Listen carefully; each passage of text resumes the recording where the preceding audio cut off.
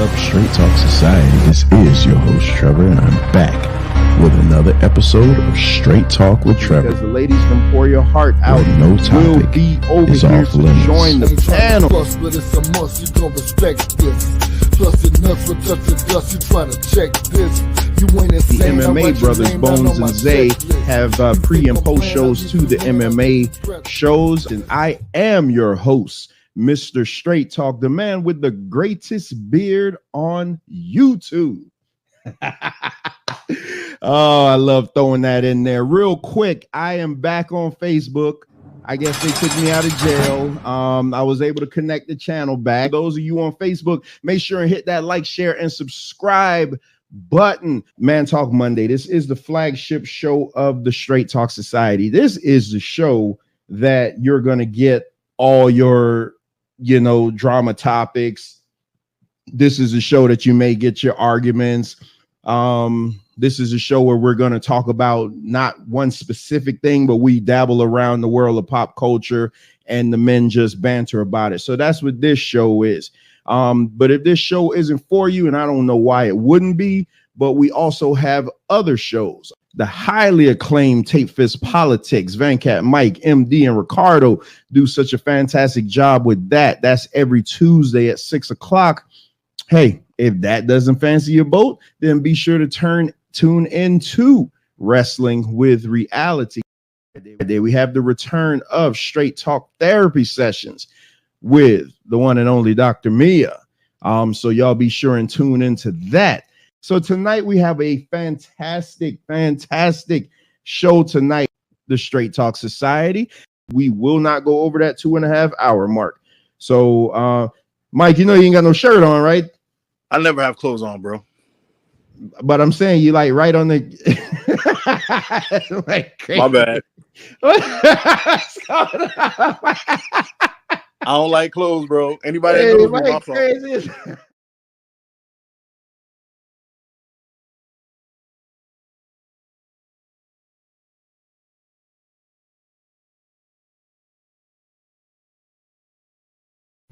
Promotional consideration paid for by the following. Turn snack time into fun time. The great mouth-watering flavors in one convenient pack. Great taste and hard to resist. All natural flavored, mouth-watering, new great taste. The new champion of curable flavors. Eat.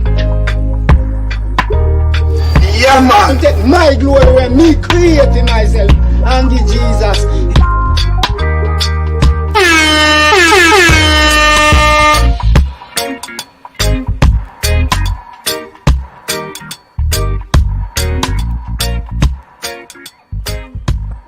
Mash up this food, Yeah, about to have me some Duckton. What the What the heck? What the heck? I had my mouth. What the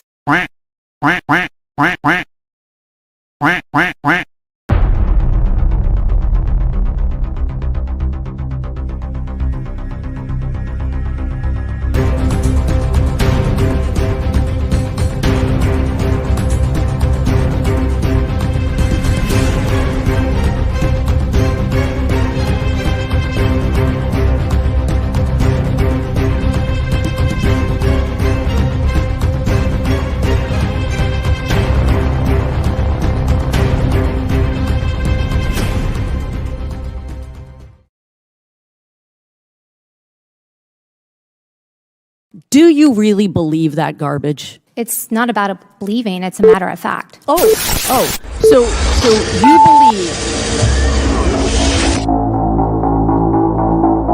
Let us be aware that while they preach the supremacy of the state, declare its omnipotence over individual man, and predict its eventual domination of all peoples on the earth, they are the focus of evil in the modern world.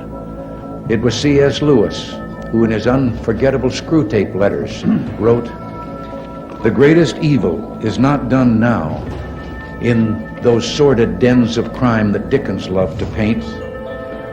It is not even done in concentration camps and labor camps.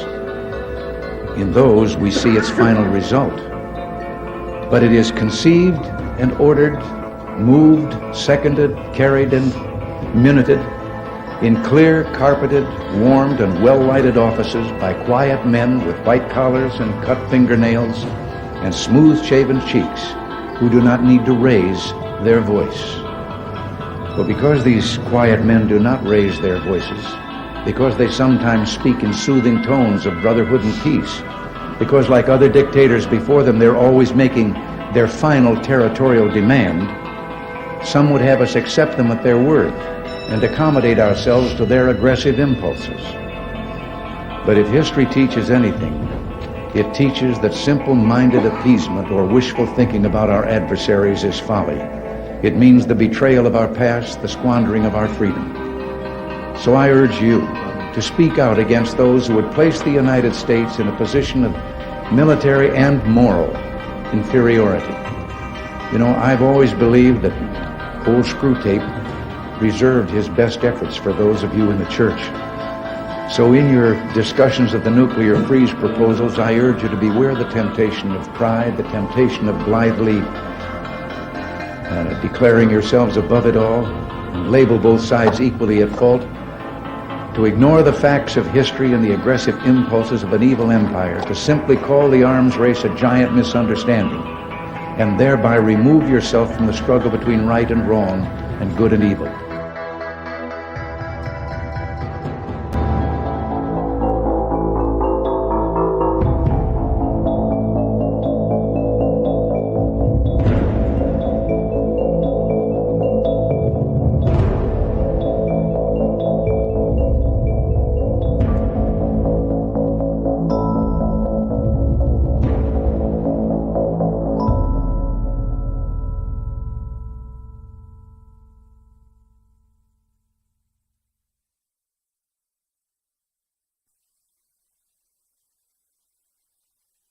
Oh shit. Here we go again. You're full of shit. Alright, thank you. No, shush. Shush. In any country, prison is where society sends its failures. But in this country, society itself is failing. I'd like to punch him in the face, I'll tell you. We won the evangelicals. We won with young. We won with old. We won with highly educated. We won with poorly educated. I love the poorly educated. Niggas, you crazy. Grab him by the pussy. I did not have sexual relations with that woman. Stay shut your mouth. Yeah. Because you don't know what you're talking about. My mouth? Yes, I did. Hold it. Tough guy. I'm not afraid of physical. Hold it. Don't sit there and tell me I'm not. There's an old saying in Tennessee, I know it's in Texas, probably in Tennessee, that says, fool me once, shame on you. If fool me, we can't get fooled again. They're bringing drugs, they're bringing crime, they're rapists, and some, I assume, are good people. Stand back and stand by with your shut up. Last thing was Olivia Gondak. It says that I wanted to eat her pussy. Olivia Gondak. I've never said that in my life to her. I would never do that. I'm happily married. I've got more than enough to eat at home. Thank you very much. You got to come see us when you come to New York, VP Biden. I will. It's a long way until November. We got more questions. You got more questions, but I tell you, if you have a problem figuring out whether you're for me or Trump, then you ain't black. Okay. I could stand in the middle of Fifth Avenue and shoot somebody, and I wouldn't lose any voters, okay? It's like incredible. I went to an Ivy League school. I'm very highly educated. I know words. I have the best words. We now have a gun on every table. We're ready to start shooting.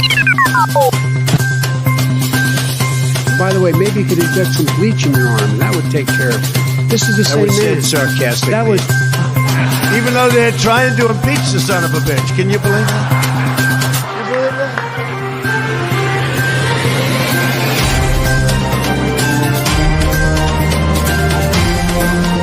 That's enough. Put down the mic. Mr. President, are you worried about indictments coming down in this investigation? Punch him in the face, I'll tell you. If I may ask Peter, one other ahead. question, are you worried? That's enough. That's enough. Mr. President, I was going to ask one other. I don't want reality. I'm asking the question: which one is better? That's exactly what it is. Got it on tape. What a stupid son of a bitch.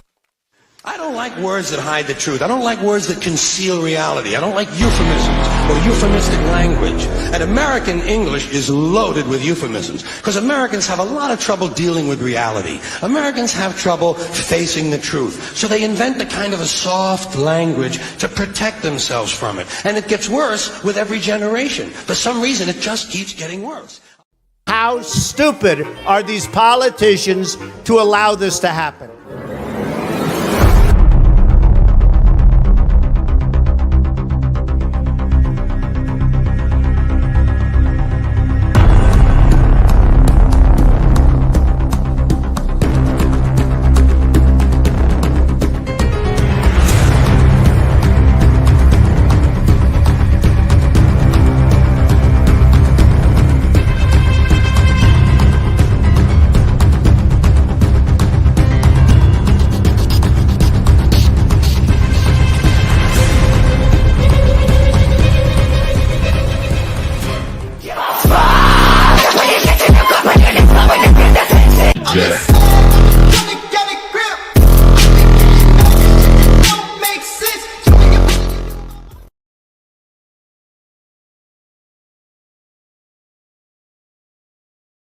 Hello, good evening, everyone. This is Venkat back with another episode of Take This Politics. Tonight being episode 7. And once again, I am joined with the world's most dangerous panel. And tonight we have MB. What's up, MB? Oh, yeah, just like it. And I got. What's up?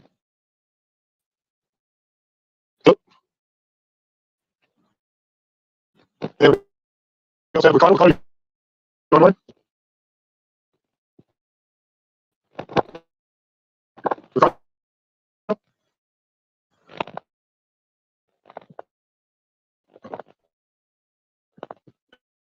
Actually, sound. All right, hold on 1 second. Let me take it. Intermission was just technical difficulties. Give us 1 moment. We'll be right back.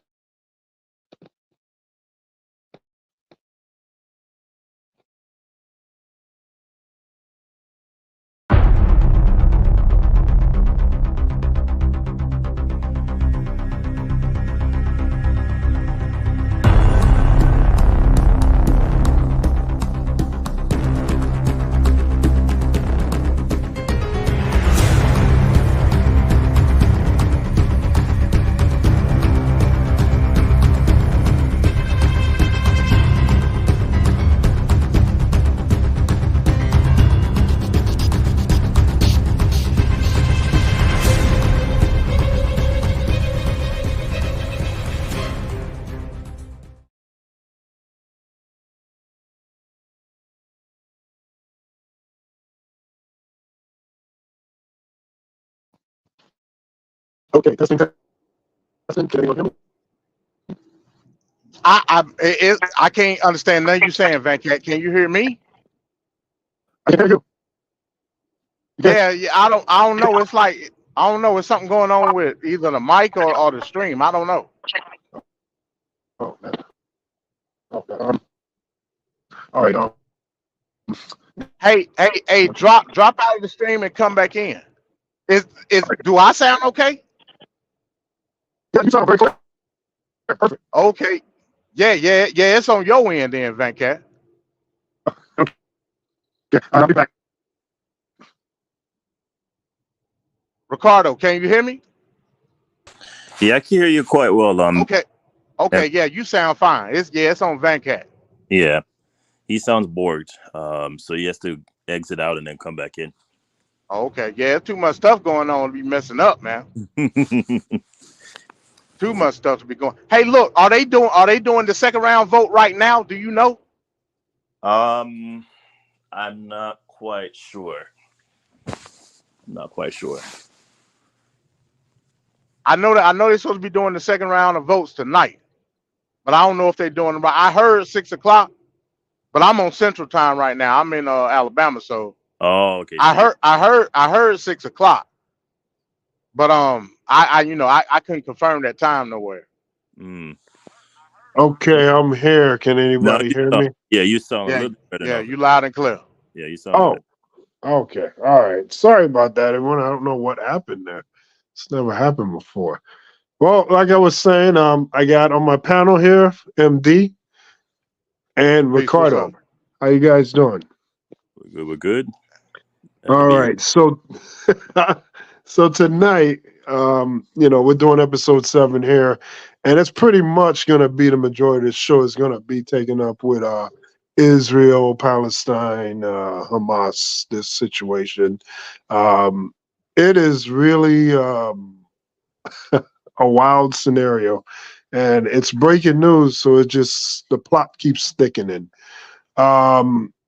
Before we get into it, I just want to play. It's going to be the lead story, of course, but I just want to play the first video here dealing with this matter, and it'll set up the panel discussion.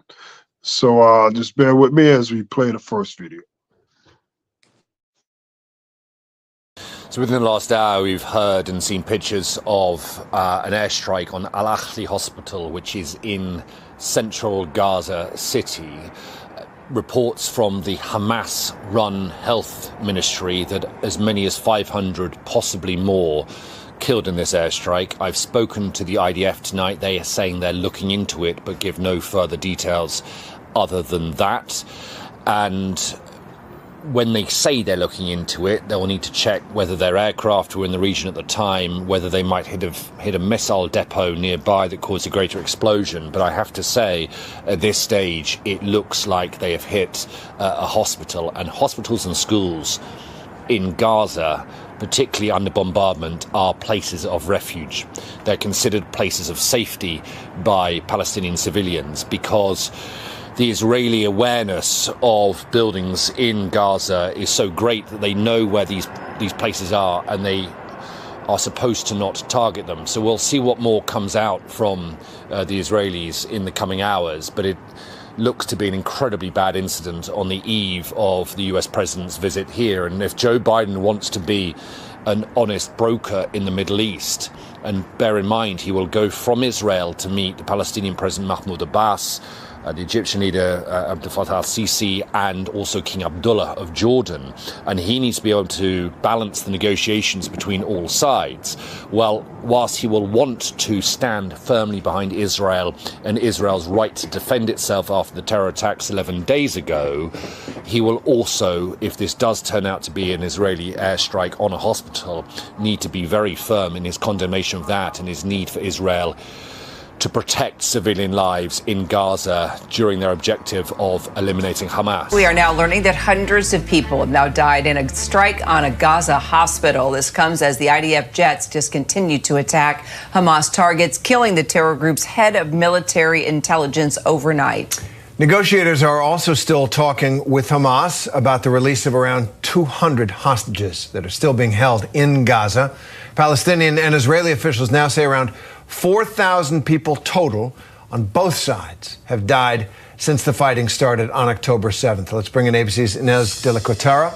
She's in Jerusalem. Inez, what are you learning about this strike on the hospital, and how are things there tonight? Hey guys, yeah, some devastating news out of Gaza there. We are learning that a hospital was struck. This is the Baptist hospital in Gaza City, and we are learning at least 200 to 300 people may have been killed in that single strike. The death toll expected to rise. These are people who were likely being treated for injuries related to the war already. We're seeing images emerging now on social media of the hospital in flames, people running around, doctors rushing to get patients out and get patients help. And it's looking like totally devastating situation there. We're seeing reports as well that as many as 5,000 people may have been sheltering in place at that hospital. We've talked about this as the IDF has called for civilians to flee the north of Gaza and Gaza City. A lot of these people have nowhere to go, and so they've been going to places like hospitals and like schools to take shelter. And so it's very likely that there were people sheltering in place at that hospital. We don't know just how many people. We don't know if that's the case, but we are starting to see reports there are emerging that people were there looking for shelter and certainly being treated for injuries. We're expecting, again, the death toll to rise, but this could be the deadliest strike of the war so far. You know, and as targeting a hospital, and Israel does have most of its weapons have guiding systems. It is without justification, unless there was something we don't know about, it would be a war crime. So what are we hearing from Israel about the bombing of a hospital? And what else are we hearing about the Hamas head of a military intelligence that they claim to have killed?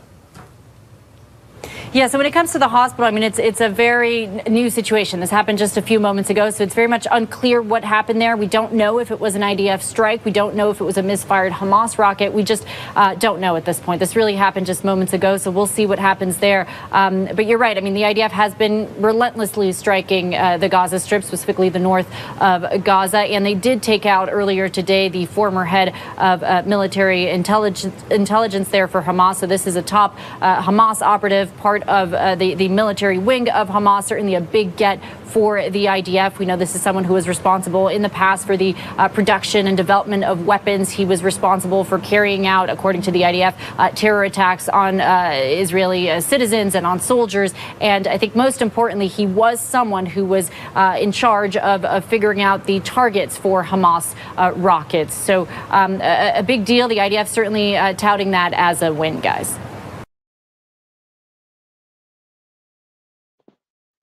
Okay, there's a report on the breaking news, the bombing that happened earlier on a hospital. MD, we'll start off with you. What are your thoughts on this developing news? Yeah, it's just that. It's developing. Can y'all hear me? Yes, sir. Loud and clear. Okay, all right. Yeah, we got you. Yeah, okay, yeah. It's just that. It's developing. It's a tragic situation, and it is a war crime. Now, there have been conflicting reports coming out on the Israeli side that this was a Hamas attack. As a matter of fact, just before you went live, Venkat, the IDF spokesperson that only got one name for what odd reason, Jonathan, because I listen to him every night. He came out and said that they have confirmed that it was a Hamas rocket. Now, here's the thing. I've been watching tirelessly every night the live streams with Hamas shooting rockets, right? Whenever the rockets do get through on whatever strategic position it's trying to hit, for the most part, the Iron Dome, we know, intercepts a lot of those rockets. But for the ones that go through, the munitions on them particular rockets are very small. They it might hit a target and it might blow up a couple of cars.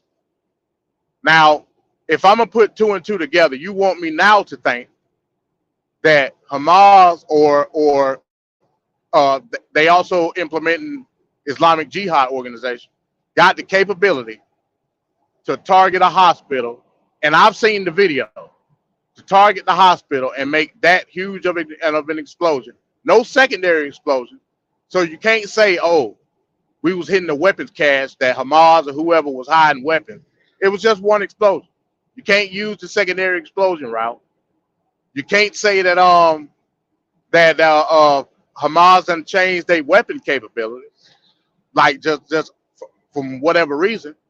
And you also can't say that you weren't targeting that area, because we know an hour before you hit the hospital, you also hit a UN school, which is Article 1 Geneva Convention, a war crime in and of itself, as a demilitarized zone. So what I'm saying is, Biden, he better shine his shoes up real nice tomorrow. Make sure they're nice and slick, because he's going to have to get the dancing tomorrow. Because somebody is going to ask him about that particular attack. If he's smart and he took his medication on that day, he better get the dancing and question and question with a question and work around the question, because if he doubles down on the statement that the IDF came out and said that this was a Hamas Islamic Jihad attack, if he double down on it and it come to find out that it was not, Biden gonna have hell to pay diplomatically. Now, on the side note, also, That report mentioned the meeting that he was supposed to have in Oman tomorrow with PLO president and King Abdullah of Jordan, and also the president of Egypt. Damn. The PLO president has backed out of that meeting, meaning Oh, the Palestinian president. He backed out. oh wow. Now reports came out. King Abdullah, who was the facilitator of that meeting, has Uh-huh. canceled the meeting, so Oh, there won't be no meeting tomorrow. oh wow. Wow. Wow. Wow. That's yeah, that's interesting. What are your thoughts on this, Ricardo? Thanks for briefing us on that, MD, because I wasn't even aware that King Abdullah backed, not even backed out, he canceled the meeting altogether, and PLO was involved. And okay, so just like MD, and I've been keeping a close eye since the attack last week, Sunday. Hey everyone, I'm sure hopefully you guys can hear me quite well. Welcome to Tape Fist Politics. It's going to be a little bit intense tonight and a little bit polarizing. I am not liking what I'm seeing so far. And I'm a little bit on the flabbergasted side because I'm just shocked that there's a bunch of hypocrisy that I'm seeing from not only this country, but from other countries as well when it comes to calling out when someone does something wrong. And you could say one thing for one event, but then when the other event is now placed in front of us, we're now acting like we're brand new and we're deer in the headlights. Like this is genocide, and this is not something that sits well with me. Politically, this does not look good. It's a powder keg situation, and it could implode at any given moment. Like MD had mentioned earlier, I'm sure he's looking at the live feeds that I'm seeing as well. And there's a number of feeds that I've been seeing that does not look at all, anyhow, any way you look at it, good all around. If this turns out to be true, and we're going to say this is alleged that it's Hamas that did this, again, I will question why would Hamas create, or rather, what's the word I'm looking for here? Implode a bomb on a hospital where people seek refuge. This is not, I'm gonna say alleged because I want to say it looks, please look through the smoke and mirrors here, people. This is, if this turns out to be true, again, what MD says is correct. President Biden needs to go in tomorrow and be stern but dance around this, because this is not, if he says the wrong thing as the United States president going into this powder keg situation, it's gonna backfire so badly on this country. They have to be stepping toe and nail, and I hope Biden is very smart strategically, politically. He has to walk on eggshells going into this, because I didn't even know the meeting was canceled. For PLO to pull out, that is not even a good look right now. For King Abdullah to pull out, and then you have the Egyptians. So again, if you're looking at this from a strategic political standpoint, Egypt has to be a pacifist. You have Jordan, which is on the other side, which has to be a pacifist. You have Lebanon on the north side. So they have to strategically walk this very carefully. And I brought up a point today, which I hope would not happen, and I'm praying to God they stay out of this. If Hezbollah gets involved in this as well, this is not going to look good. So right now it looks clear, but back to the topic at hand, based on what we're seeing with the information coming in about the hospital, this is not, I pray to God that we're wrong here, but it's not looking like it's Hamas. And we're not, there's no way the Western media could try to make this or spin this to make this look like, oh, we did, you know exactly who this is. They would never do that to their own people. You can't tell me that this wasn't a strategic thing done to then try to spin this to make this look like it was Hamas that did this. There's no way. The graphic images that I've seen where there's limbs and bodies placed all over the place, come on, people. Look through all of this and tell me you don't smell the rotten fish that's at the dead end of this all coming through. This is not a good look at all. And again, Netanyahu will have to answer for this, and I want him to be charged for war crimes if it turns out that this was under his watch. This is going to be a very huge political, what's the word I'm looking for? Snowball that's gonna meticulously go right into the new year. And I pray that we could dissolve this as quickly as possible, but it's not gonna look like that's gonna be the case here. So here we go. All right. So, you know, I just heard of, I mean, this just happened a few hours ago, the bombing. So you got to think many things. Definitely, if United States press is being found trying to somehow spin the narrative, cover for Israel, forcing the narrative that these are the good guys and these are the bad guys. If Israel outright bombed the hospital, who the frick does that? Who bombs a hospital? It's supposed to be a safe zone. It's supposed to be a place where people are recovering from injuries in itself. God damn, who bombs a hospital? So if that's the case, Israel is really looking bad here. And it's just funny, you know, the Jews are the ones that were targeted by Nazis.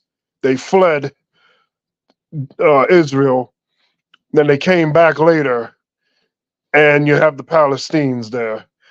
And it's just, you were victimized. You know, on a visceral level, how it was to be victimized, how it was to be suppressed, how it was for all these negative and bad things to happen to you as a people. And now we're looking at this right now, the actions that they're taking, the very extreme reaction to what happened here is a lot worse. And the viewpoint right now kind of changes, because you've seen all these years and decades, all the anti-Jewish people, the haters, you know, they all will say Jewish people are no good, blah, blah, blah, and all this.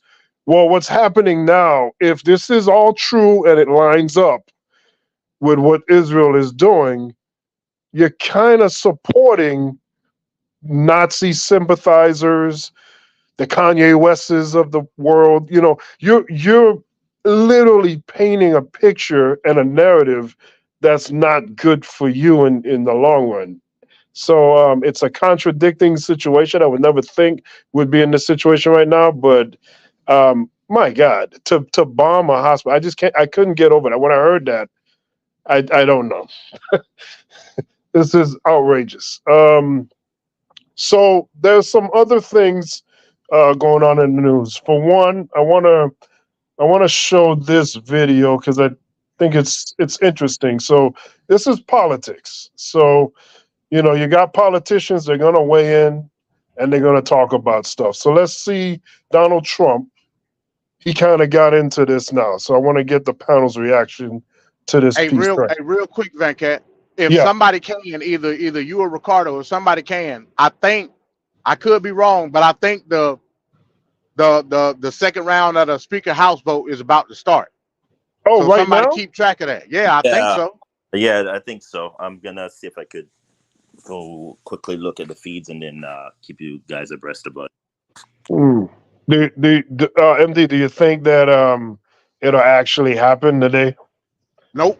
No. The vote earlier proved it.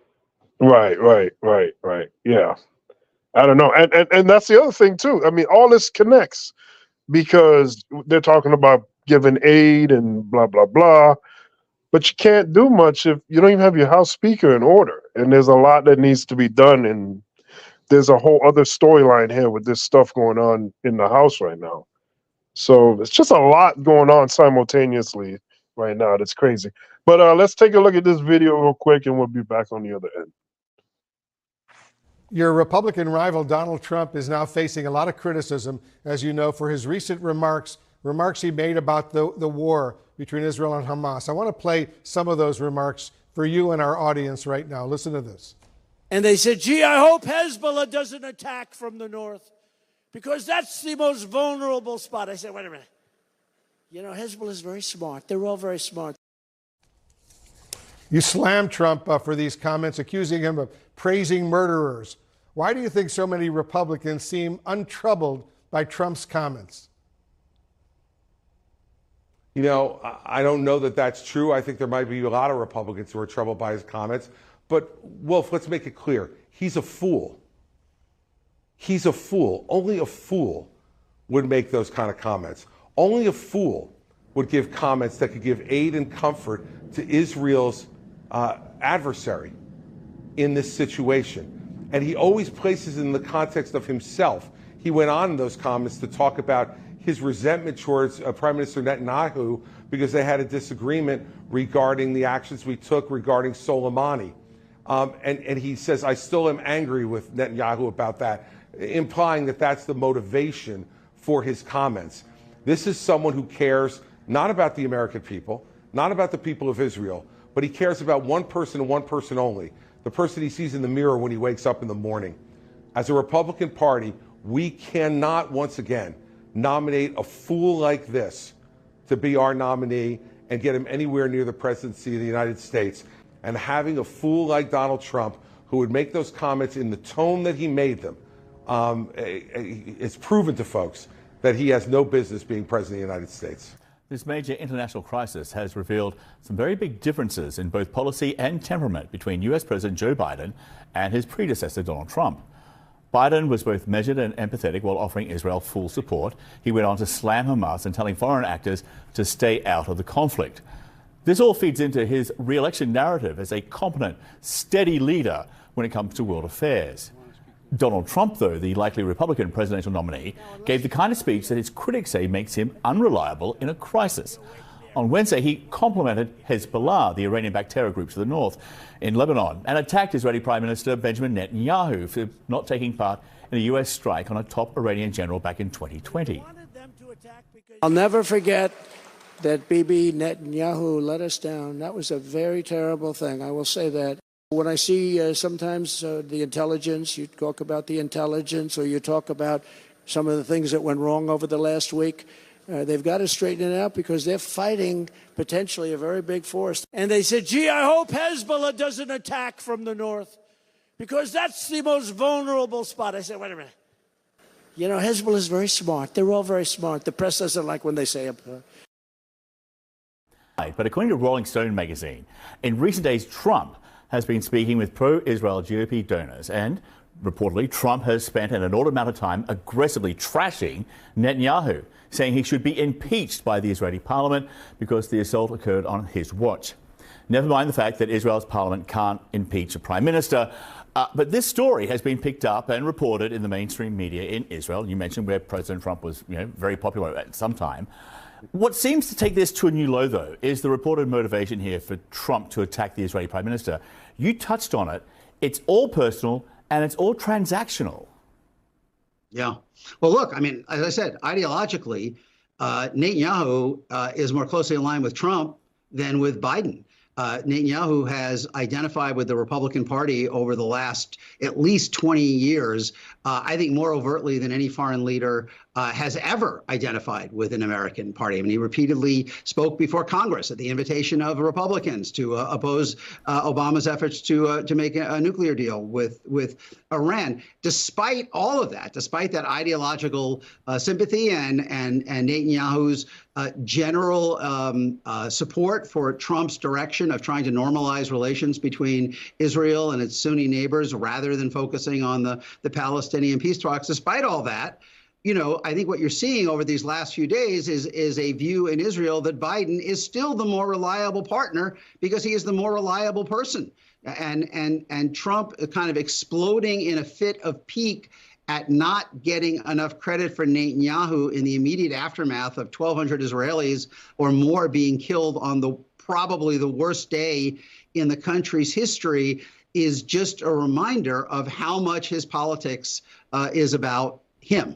Now's not the time to be doing like what Donald Trump did by attacking Prime Minister Bibi Netanyahu, attacking Israel's defense minister, saying somehow that Hezbollah were very smart. We need to all be on the same page. Now's not the time to air personal grievances about an Israeli prime minister.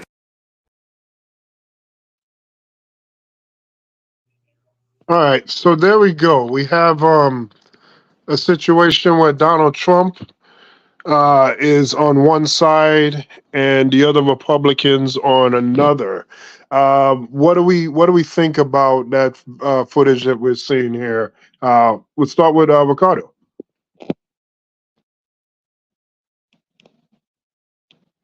Ricardo?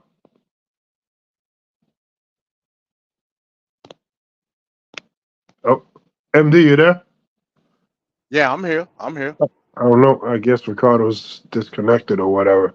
Well, I was just basically saying, so you got Republicans for the most part on one side, Trump on another. What is your viewpoint on Trump's stance?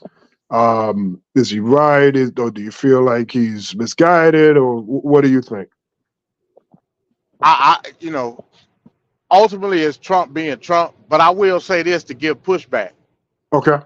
Well, first off, let me ask a question regarding the scenario. Which one would you rather have?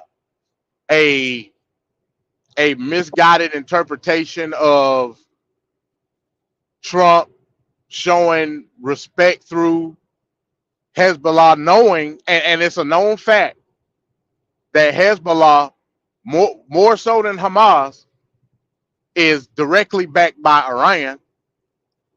So though a misguided expression of it, or let's just say dumb. We're talking about Donald Trump. So let's just say dumb, a dumb expression of respect toward the capabilities of Hezbollah and Iran, or a more conservative viewpoint, a la a person like Chris Christie, or you know, your regular mainstay Republican that has said since this conflict has started that Iran is directly blamed for this scenario and Iran is where we need to go. So with that being said, which one would you go with? The dumb expression of showing Iran needs to be respected in the matter and Iran is not somewhere where we exactly need to go head on, or the conservative aspect of it saying that Iran is the direct result of the conflict and that's where we must go. Just playing devil's advocate. No, MD. I'm sorry, but no, we're gonna call it for what it is. He's not that smart for him to even bring a comment like that. I get what you're saying, but I would never call Donald Trump the person that he claimed to see is one of the smartest presidents to ever be there. That comment, yes, let's say hypothetically we're giving him the benefit of the doubt here. You know exactly what you were saying, but I don't think he said it in such a way where it comes off very meticulously smart. He's not that smart. He really isn't. And secondly, he's more aligned with Netanyahu than anybody else in the world politics than we know. He was more aligned with him when he was president, more so than even when President Obama was president, or more so Biden now. So for him to be coming out here, I just find it so ironic. He's here talking about, he needs to be impeached. Oh, really? The closest person in the Middle East that you claim that you spoke to more often is the person that you're now calling to be impeached? No, Donald Trump, I'm not giving him that much credit. No, MD. No. It's okay, hey, I try. No, we're not. I'm not that day. No, Donald Trump is not that politically that smart for him to even make that comment. So yes, I'm gonna give him the benefit of the doubt and say, all right, he just spews his rhetoric nonsense, just like he was saying. If he becomes president again, he's gonna ban all Muslims. What are you talking about? Please stop talking. Just for a second, think about what you're saying before you even come spewing your diatribe, because it makes no sense. How are you gonna ban all Muslims? Do you not realize most of the oil resources that this country needs come from the Middle East, which is from Saudi Arabia, comes from the other aligned countries that you need to be in your corner, and you're spewing that diatribe again? Like, make it make sense to me. You need to learn to speak politically in a way, in a tone where it's kind of like I'm dancing around a question without you like making everything about you. It's not about you right now. This is not about Donald Trump. This is about a war that's about to spew out of the Middle East that we're trying to prevent from happening and shouldn't happen. But then again, here we are, because the one thing again that we're trying to avoid that we're trying not to see happen is you have Ukraine that's now saying, okay, what about us over here? You guys just all in the span of a week just forgot about us. Yeah, it's not about you right now, because this is a powder keg situation that we don't want to implode, is my concern. And if he becomes what we think is going to happen, then that does not look good for us, because we're sending all our money, all this aid that they're sending, $2.2 billion towards preventing Russia from taking over Ukraine, because again, they need a democratical country in that region, not another country being taken over by a communist state. It's a weighing option. So no, I'm not going to give Donald Trump that much credit. He's not that smart. No, MD, no. Sorry, no. So right now we have a situation where we're bombing hospitals, we're stopping aid and food and resources to get through to the innocent injured, the people that are not, they're not manning weapons, they're not doing anything. They're just living in poverty and being oppressed. And you look at Netanyahu, and he's the one that had it at the helm of that. So you see Donald Trump saying that. Now, obviously, Donald Trump has his own reasons. It's like personal reasons why he don't like this guy. So, him accidentally being on the right side or, whatever, it's not driven by doing what's right. It's driven by Trump interests. But it is problematic because, this is not a clear cut, like these are the bad guys, these are the good guys type deal. There's issues on both sides. I hate that expression, both sides. But what we saw today really took it a step further. So I'm gonna be watching and looking hard at how different media outlets phrase and word how they describe today, because this is going to be a hard one to walk back. Just want to give a shout out to Bones, give a shout out to Trevor. Even though Trevor is in straight troll mode, we're going to give a shout out to Trevor, Tequila, everybody else out there. Appreciate you guys watching. MD, we lost MD. Man, we lost MD. Hopefully you come back up on there. Yeah, all right. To watch the vote for the Speaker of the House. Oh, right. Yeah. What do you think is going to happen? You think they're actually going to get the vote down today, or? So yeah, what I think is going to happen. Let's see. So,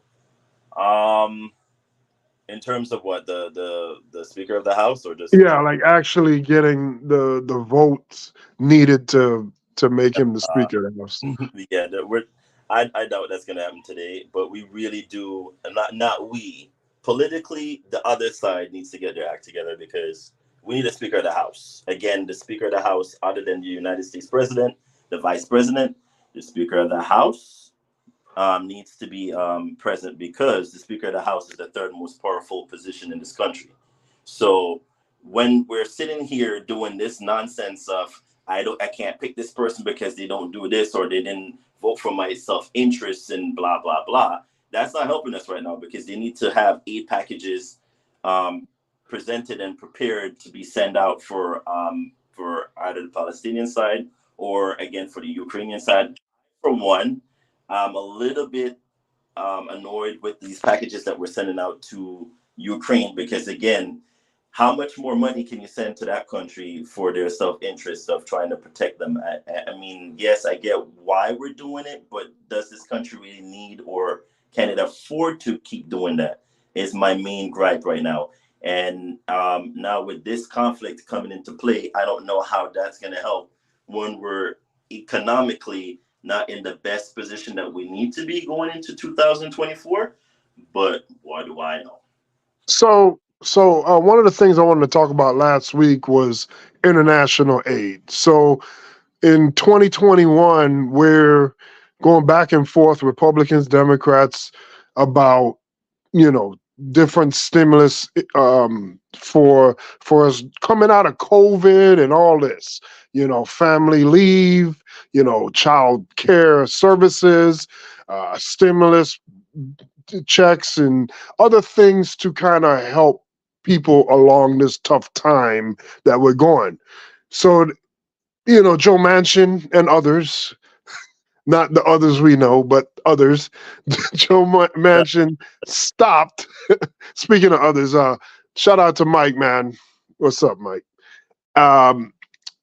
You know, they stopped a considerable amount of money that was going to be targeting certain issues in this country.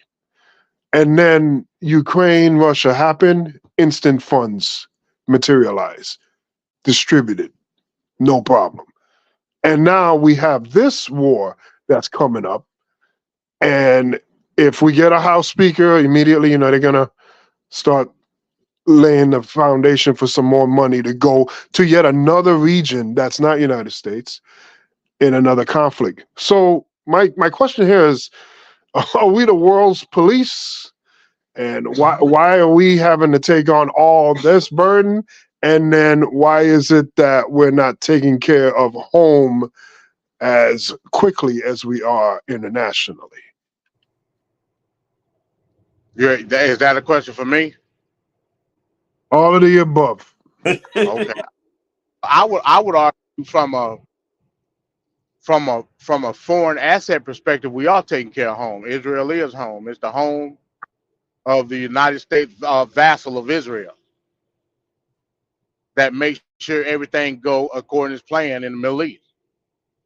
We trying to mount our flag within the Eastern European territory with Ukraine.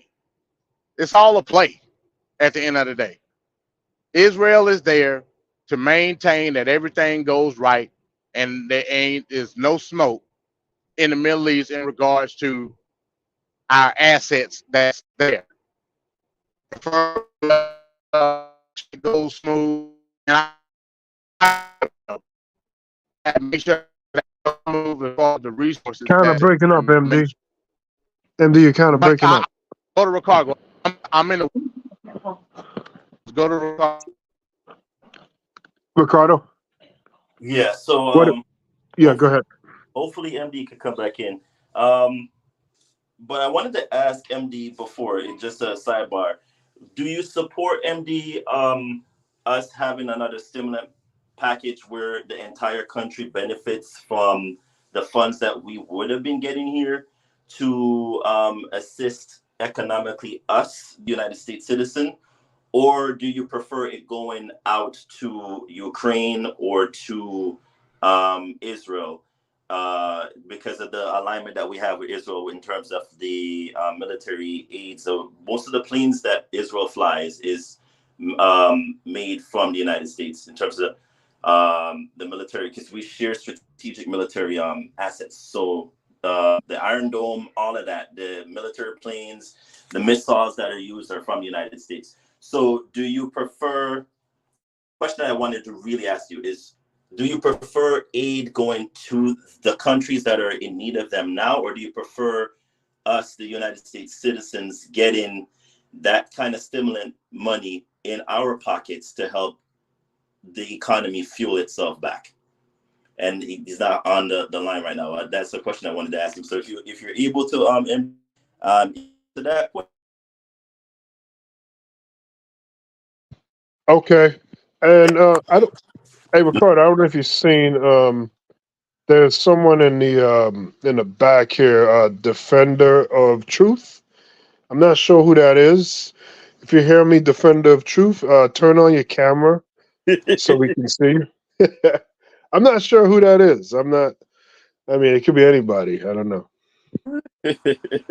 You said, hell no, MD will not support. But I just wanted to hear from MD's mouth what he thinks about that. Because to me now, it's getting to the point where I'm just like, that money that we're sending, $2.2 billion, that's a lot of money.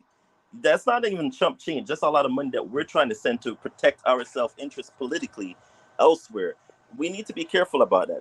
That's something that I want the citizens of this country to now put into play here. Is that a good look or a bad look? Why not put that money to our hands instead of sending it outwards to? What could that money do to homelessness, to people that are in a bad place, especially in this economic time right now? What difference could that make within the country? But again, that's the thing that trips me out. Tupac said they have money for wars, but they can't feed the poor. And it's just like those funds fly out quickly. No fight, no debate, no nothing.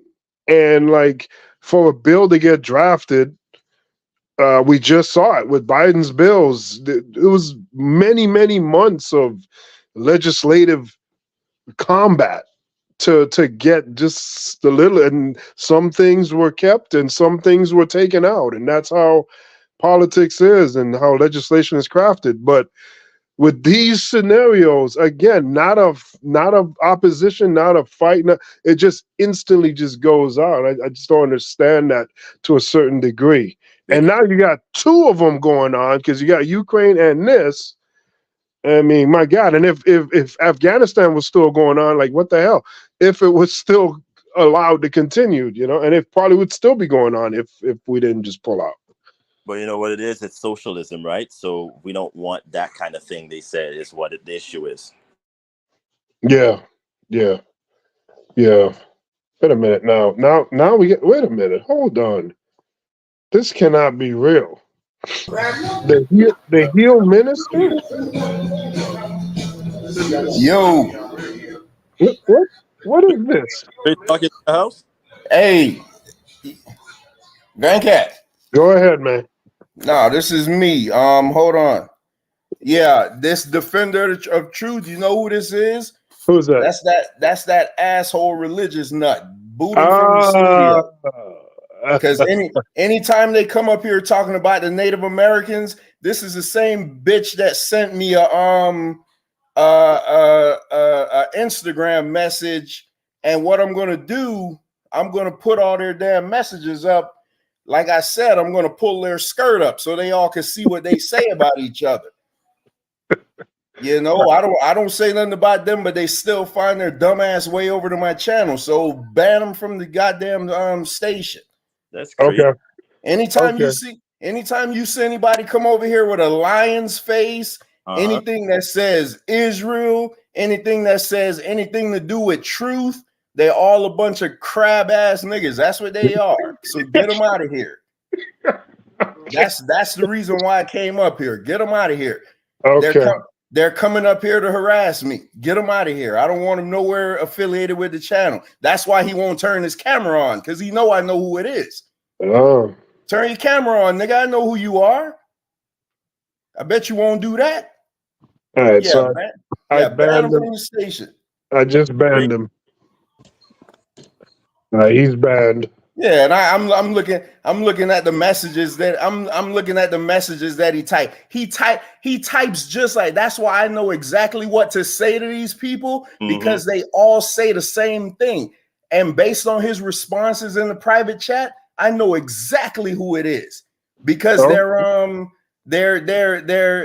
what they do, they talk the same way. They all talk the same way. So I can go back to any email that I got, and you see their verbiage is always the same. And based on what I'm looking at in this private chat is exactly how he talks. Keep playing with me, bitch, and see if I don't pull your skirt up. I know exactly who you are. Y'all internet, y'all fake ass internet thugs don't do nothing to me.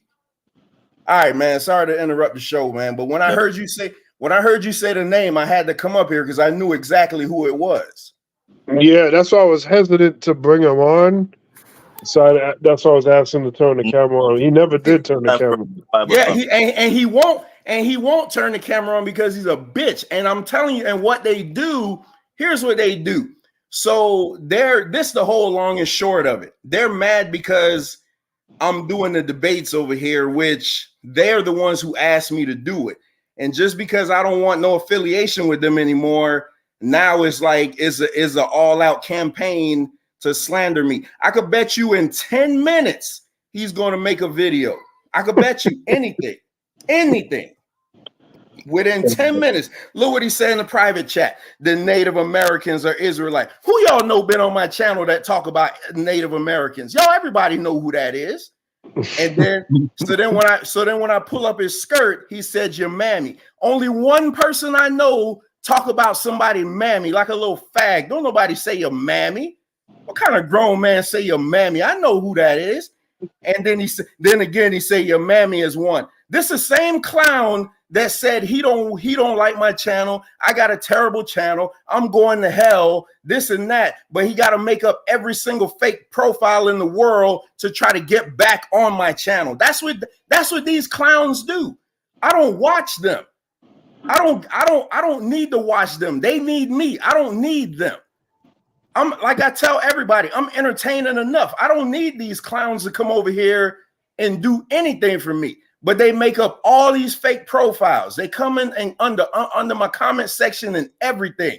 They making fake ass Instagram messages, sending messages to me talking about I'm going to hell and stuff like that. Mike could tell you. Mike saw the video. I mean, I sent Mike the screenshot. Wow. That's what I'm saying, man. Though, bro, these dudes.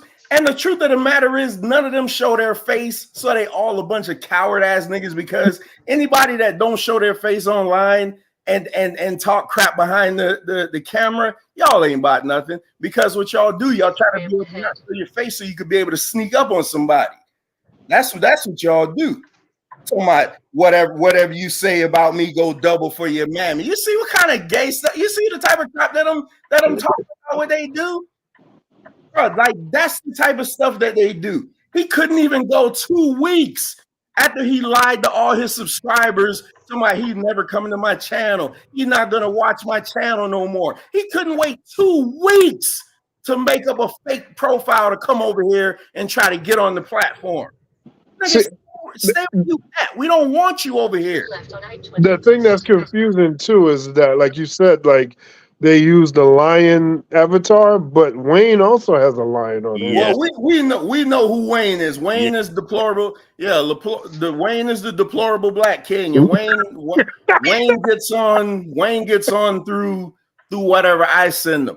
The only person allowed in this chat or on these videos name that got anything to do with Israel in their name is Eddie Israel. That's the only person allowed. Eddie Israel, Jansen, Duran, those type of guys. I don't want nobody named Jerome. I don't want no Charmaine. I don't want none of them clowns over here because they all a bunch of religious nutbags. But you know what, Trevor? Though? I just gotta say one thing. Jerome in the house. I said Jerome in the house. Man, what I'm gonna do? Bro, they're gonna keep pissing me off, man. And what I'm gonna do? When I put their screenshots up, I'm not hiding their phone number because that's who I am. That's crazy. That's crazy that big grown guys are doing this. Listen, I'm a mean, nasty individual, man. Everybody know that. I'm not hiding your phone number, so your best bet is to leave me alone because I'm not hiding your phone number. Hey, what's going on? Shalom. What's going on? Shalom. Yahweh Bahashim, Yahweh Shah. That whatever they say. Oh my God! Well, I come back up. What the hell? Nah, man, I'm good, man. These niggas, they just like all the time. They swear me down that I'm the devil. I'm going to hell. They don't want nothing to do with me. They don't need me and blah blah blah. And now all of a sudden they got to make all these fake profiles to get over here. That's crazy, man. That's a lot of effort. That's some espionage stuff. That's a lot of effort. Hey, listen, man. I get it, man. The man with the greatest beard on YouTube. I get it. I get it, man. But hey, you see, we did the wrestling show 2 weeks ago, and they all just bombarded the chat. You see what I'm saying? Yeah, but do they not have don't you have things to do, people? Like, this is what you're really doing? Grown ass people, like little kids. Grown-ups that don't work. They don't work because they get to sit online and make videos 100 times a day. That's the problem. But So man, you I'm got done, look, hey, man. look, this TFP. I don't even know why they up. Hey, I don't know if they're trying to do the eschatology of what's going on. I don't know. You know Man, what I'm them saying? But niggas, we talking politics. That's what I thought. they MD, they about as much Native American as me. Man, them niggas be going somewhere with that craziness, talking about they Native American. But every time you ask them to prove it, they can't prove it. Yeah, get the hell on. That's crazy. That's crazy. Yeah, man, but man, my bad, man. You could hey, I guess you could just make a clip of this or something, but I'm good, man. I'm about to dip, man. I'll be listening in the back, man. All right, man. All right. So what? Oh, so Ricardo, you left off with asking MD a specific question. Yeah, I heard the majority of it, but then I got kicked off because, like I said, where I was at. But yeah, so I'll say this to that. Mm-hmm. I'm opposed to any type of stimulus as when it comes to a defense budget. Now, hear me out. Mm-hmm. A lot of the stuff that we send into Ukraine and now looks like it's going to be Israel. We basing it monetarily on this side, but on that side, it's more or less equipment and munitions, if that makes sense. Mm-hmm. And we assessing it based on the monetary equation of it. So if you want to send me a stimulus package and give me like an M4 and a couple of grenades, cool.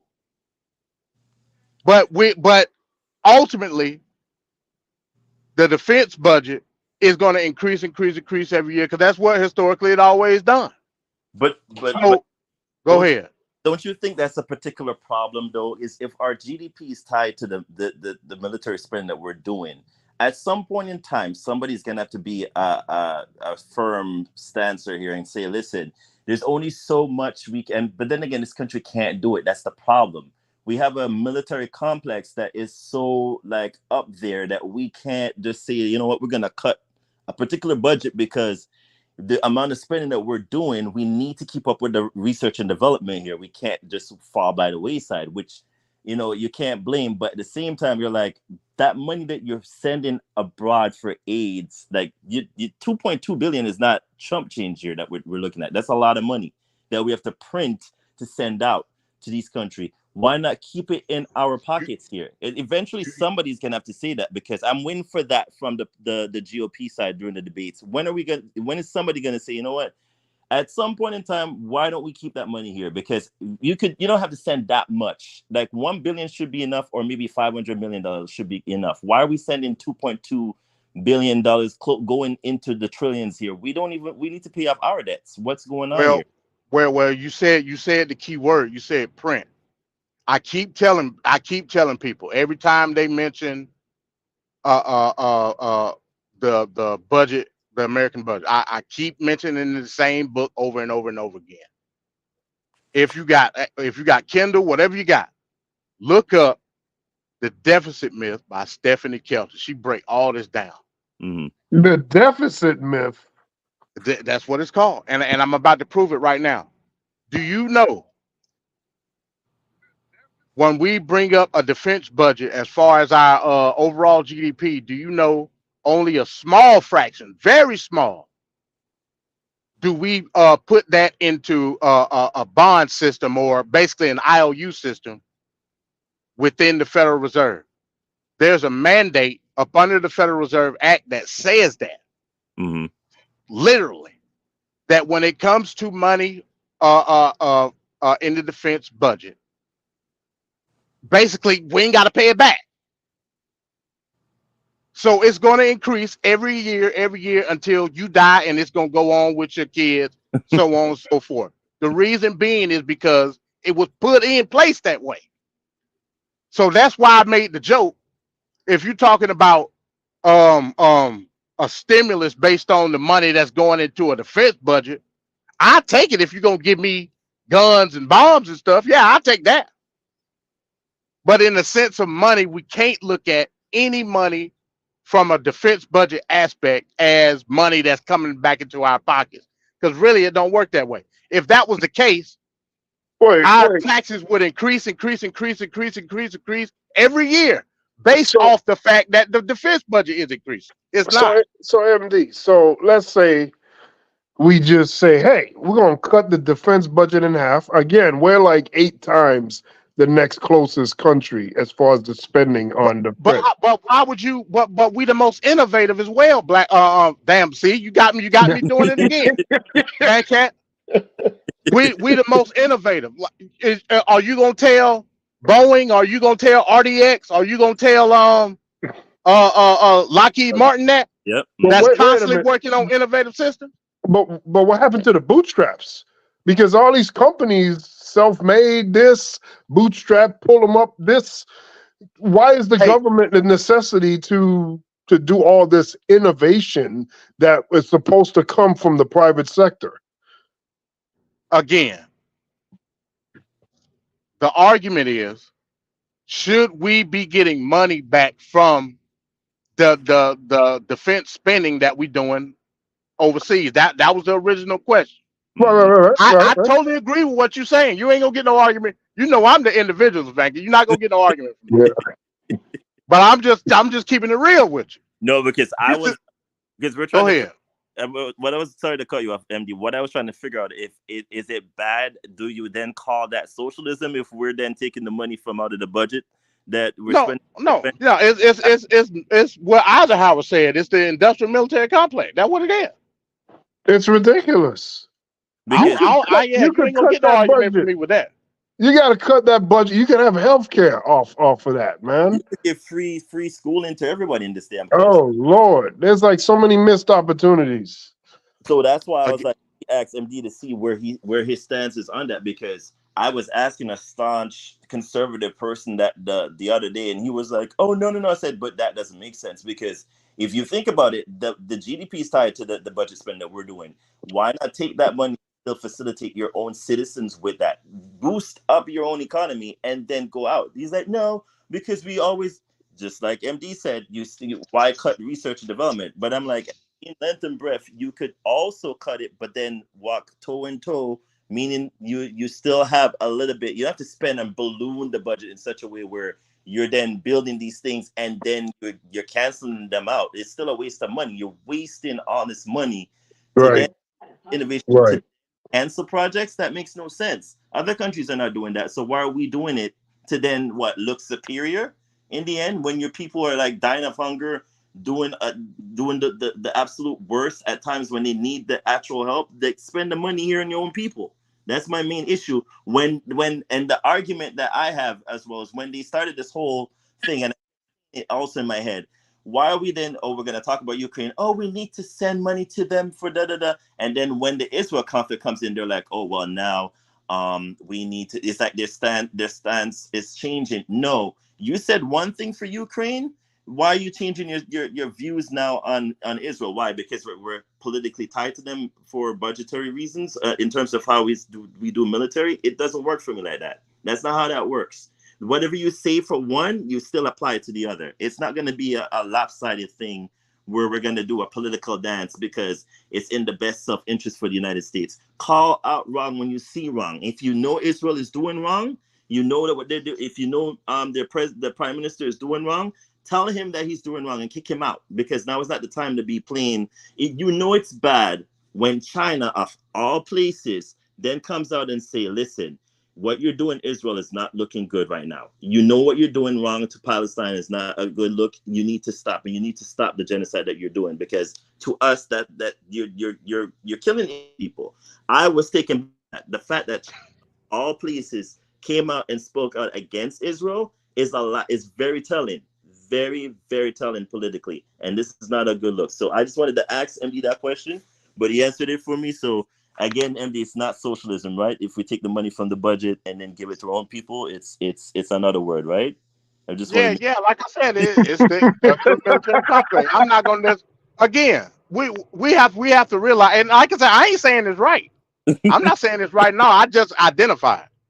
Okay. So, but I will say, I'm not going to equate the output of my taxes versus the input of the defense budget on how it coalesces and how it increases every year. My taxes don't increase like that every year. So I have to honestly assume, based off of the data put in place by the Federal Reserve and how the Federal Reserve Act was written, that it's not affecting me the same way. It just ain't as other assets in the GDP. It's just not. You know what I'm saying? So, like I said, if you want to give me guns and bombs and Stinger missiles, I'll take that for stimulus. Because hell, essentially, that's what you're giving. Got you.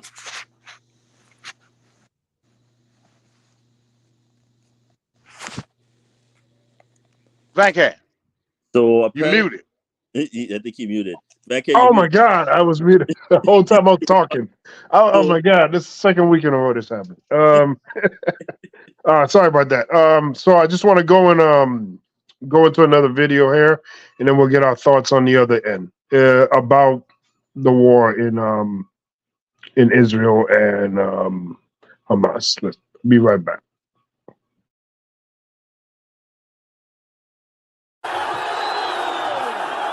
Tonight, fury on full display. The Islamist militant group Hamas calling for a day of rage across the Arab world and beyond. In the wake of relentless bombing of the Gaza Strip by Israel after Hamas's gruesome attack. Tens of thousands taking to the streets across the region. In Kabul, Afghanistan, protesters desecrating the Israeli flag. Their signs read, "Israel is the biggest terrorist." But the anger not directed at Israel alone. In Iran, Israeli and American flags burned. In Amman, Jordan, riot police clashing with the protesters using tear gas to turn some of them back. The massive crowds stretching for blocks through the capital city. The protests come as fears grow that the skirmishes on Israel's northern border with Hezbollah could explode into a second front to this war.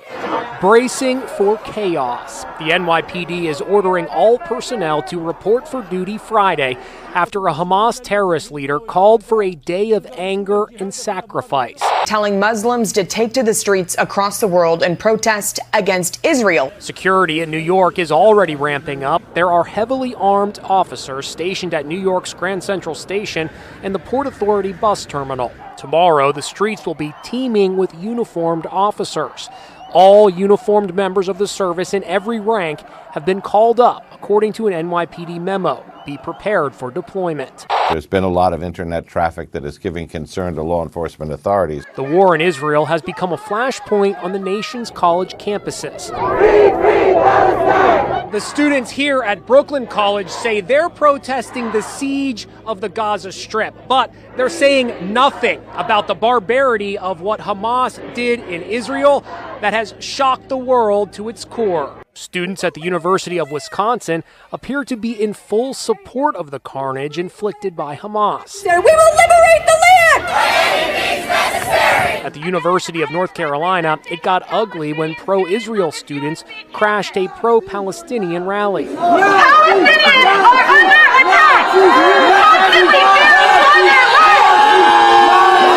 How students can have so little empathy and recognition of the vile terrorism that resulted in the atrocities. Perhaps the most outrageous statement comes from Students for Justice in Palestine at Tufts University in Massachusetts. They actually praised the creativity of Hamas for sending in a fleet of paragliders to attack Israel. Donald Trump is under fire today for calling Hezbollah, the Lebanese-based terrorist group attacking Israel from the north, very smart. And they said, gee, I hope Hezbollah doesn't attack from the north because that's the most vulnerable spot. I said, wait a minute. You know, Hezbollah is very smart. They're all very smart. Ron DeSantis blasted Trump on X. It is absurd that anyone, much less someone running for president, would choose now to attack our friend and ally Israel, much less praise Hezbollah terrorists as very smart. This new information coming in is extremely disturbing. Today, Israel released images of the youngest victims of the Hamas attack. One CNN anchor struggled to maintain composure as she described them. The 3 photos that are being released show 2 babies whose bodies have been burned.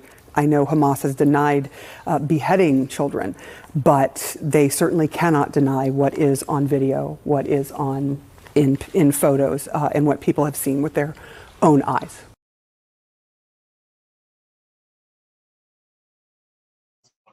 Okay. So there we go. Thoughts on the video package we just saw in relation to what's been going on. Who wants to go first? All right. Do you want me to go first, MD, or are you gonna go? Yeah, you can go ahead. Hey, quick update. Mhm. They're not doing the second round till tomorrow. Of course they're not. They're just kicking the can down the road, is what they're doing. Let me guess, the Marjorie Taylors and the whatnots just couldn't get their act together today. They were just gonna extend this. Yeah. They extended the recess. I guess, like I said, you're right. Pretty much, they couldn't. God. They couldn't get it right on the Just Republican side, so they're doing it tomorrow. Or pick the Democratic contender and call it a day. Like, we need a Speaker of the House. I don't understand this is like Kabaki theater at this point. Like, get it done, people. Hey, let me give an extreme prediction. Go ahead.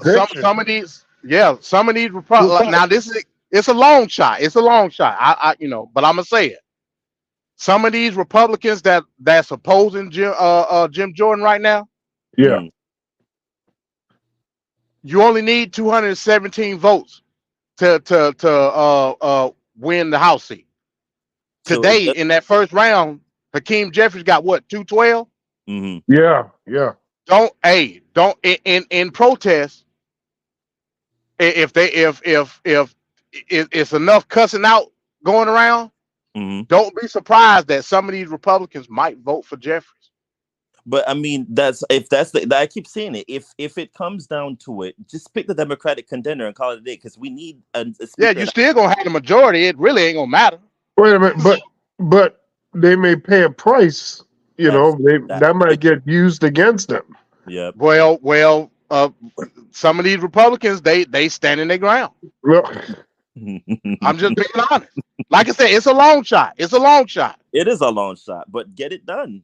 We need something to be done here. Like, we're just doing the same nonsense every single time. Like, pick somebody. It's not that hard. It's just like you voting to nominate somebody. Just pick the person and stop doing this best interest nonsense that I've seen them do, where they're like, oh, you didn't vote for me and you didn't vote for my interest, then I'm not gonna. Just pick somebody.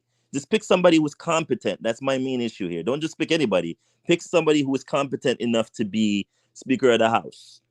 And you know what I mean? Just get it done, people. Like, it's just getting ridiculous now at this point. We're acting like friggin' kids in the daycare on the playground. But answer your question about the package, the video. You got babies being killed, burned. So yeah. So let's go back to this baby beheading nonsense that they started from last week, because apparently it was. Oh my God! Yeah, they retracted it. Yeah, and this is what I kept saying because somebody was arguing. I think I was talking to somebody about this, and they were so staunch on it. And I said, "But show me your proof. Where do you see proof of a baby being beheaded? If you could show me that proof, then I will say, you know what, I was wrong." And whatnot. No, they said it. The media said it. I said, but can you believe everything the media tells you? Because this sounds like they're just doing that politically to get everybody riled up. I said, there's no proof of that. It didn't help when Biden came on and said the same thing. And I'm saying to myself, why, President Biden? Why, of all people, you had to come out and then say the same exact thing when you don't have proof? Show proof. In this age, when we are with smartphones, when we have access to the internet so quickly now that even you saying the slightest thing, anybody could go back and dig up anything you said and say, hey, MD said this, or Ricardo said this, or but why is it that you didn't show proof, but then you were so quick to say it out loud to the media outlets? We got to be careful here in what we're doing, because I called the minute I heard it, I said, why would Hamas, or rather, why would they behead babies? Like, that doesn't even sound right.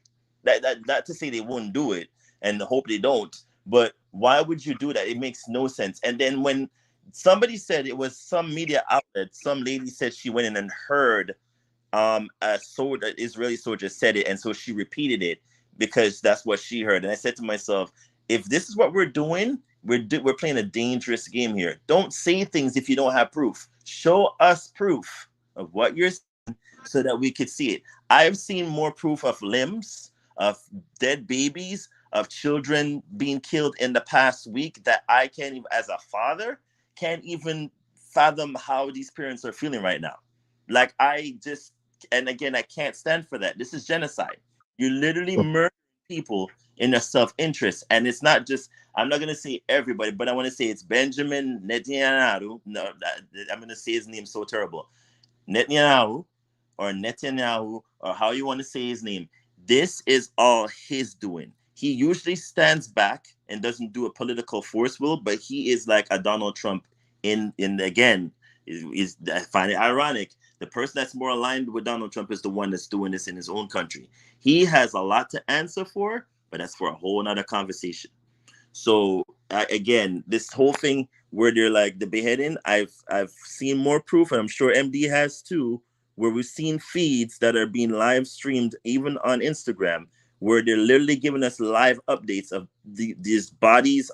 I've seen more dead children in the past week than I've ever seen of any other political conflict. This is not a good look. And please, people, do your research. Don't people tell you, oh, we're hearing they're beheading people or we're doing this. Let them show you proof. If you see proof of something, then at least you can back what people are saying. But I am not going to go by what the media is saying, where they're like, oh, this is happening. Show me proof. Show me proof. Yeah, it's going to be a media war. That's what it's going to be, and it's going to be like this for the foreseeable future.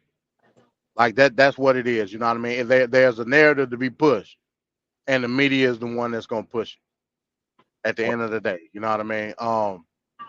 You know, that whole debacle with the beheading of the babies, like she deserved to be fired. Yes, she does. For pushing out that report, and then it going to the main desk of CNN and them reporting. Mm-hmm. To the point where she had to go back and retract her story about that. It's shameful at the end of the day. It's beyond. Where's their credibility at this point? This is what we're doing. We're talking about beheading babies, and you don't show proof. I thought there was an ethic, morality reporters, right? That you sign when you are in the media. You're supposed to just like doctors in good conscience, provide or render a service to you. You do the same thing when we call out certain media outlets when they do certain things. We fired Brian Williams when he made fake lie, some 9/11 soldier, or the guy that claimed that he was a soldier, when the other military personnel were like, we've never heard about this guy in our life. Like, where did he come from? They fired him because he kept pushing this narrative, and it was never true. The same thing is applicable here. Just because she's a woman, no, she told a lie. She deserves to be fired for that. You literally made the most powerful man in the free world repeated the same nonsense that you said. Reported it afterwards when you realized that everybody was coming down to you and say, "Where's the proof, lady?" Come on, man. No, that's not good enough. Isn't the president supposed to have access to intelligence that none of us get, but the president, really? So they should be more aware of everything, just sitting in that seat. Right. It's just crazy, man. Yeah, but they let him down, though. You see, because they're trying to do the whole pull at your heartstrings nonsense. Right. You see what I'm saying? You have to be careful. That's, again, like MD said, when it comes to him going into that powder keg tomorrow, he has to dance around every question. I wouldn't even advise him to even speak that much if he doesn't know what he's talking about. Ricardo, he shouldn't even be going to Israel. That's my point. Why are you going if they cancel the meeting with Egypt and Jordan and everybody else? Why are you going? Because at this point, you're just stand. Look what wrong. Photo op. That's crazy to me. Blinken just left from over there. He was over there for like 4-5 days. Why do we need Biden to go for what? It looks good. You know why? MD, we know why. It's a political because I guess the numbers are not looking good for Biden here. He's trying to do what Obama did, where he did literally go out and then try numbers. But I don't think this is the right particular time climate wise for us to be doing that. This is not you're playing a gamble's game here. Again, the fact that China even brought up a statement, I was so taken back, because usually China doesn't even say anything. But for them to say something about that says a lot to me. And I'm like, right now, I don't think this country needs any more negative press. that we're going about doing. It's bad enough everybody's now on our case because we're saying they're like America's not. We're going downhill. We're following the pattern of Great Britain, United Kingdom when they start losing their political gestures. Now we're looking to China. No, we don't need to be doing that. We don't need to be looking more weak than we need to. We have our own problems here, but at the same time, I feel like the advisors for President Biden needs to tell him, listen, Mr. President, don't go. Unless you have some merit where you can say King Abdullah from Jordan or Egypt, politically, we're gonna do a meeting where all of us, all the countries that are around or the neighbors around Israel, now we're gonna stand up and say, listen, what you're doing is wrong. This is what, because he was supposed to meet with PLO, which is the Palestinian leadership as well. They pulled out, so that says a lot. Why are you going? What are you going there to do? To share, to look like you're standing in solidarity with the Israel, the Netanyahu's people, or I'm still confused. Why is he going? Yeah. So the meeting was supposed to be primarily about humanitarian aid. That's what the meeting was. Of course he was going to try to, make sure, Jordan and Egypt was on the up and up, because again, the Rafah crossing in Egypt is still closed. That it was supposed to open yesterday, but Israel reaffirmed. He said, "Hey, look, if you open that border, we cannot guarantee the safety of any Egyptian humanitarian aid that come through." So they decided not to do it. As a matter of fact, there was a strike close to the Rafah border yesterday. Ain't nobody talking about that. Correct. And like it just didn't happen. So again, like Israel is they basically carte blanche doing what they want to do. But you know what I mean?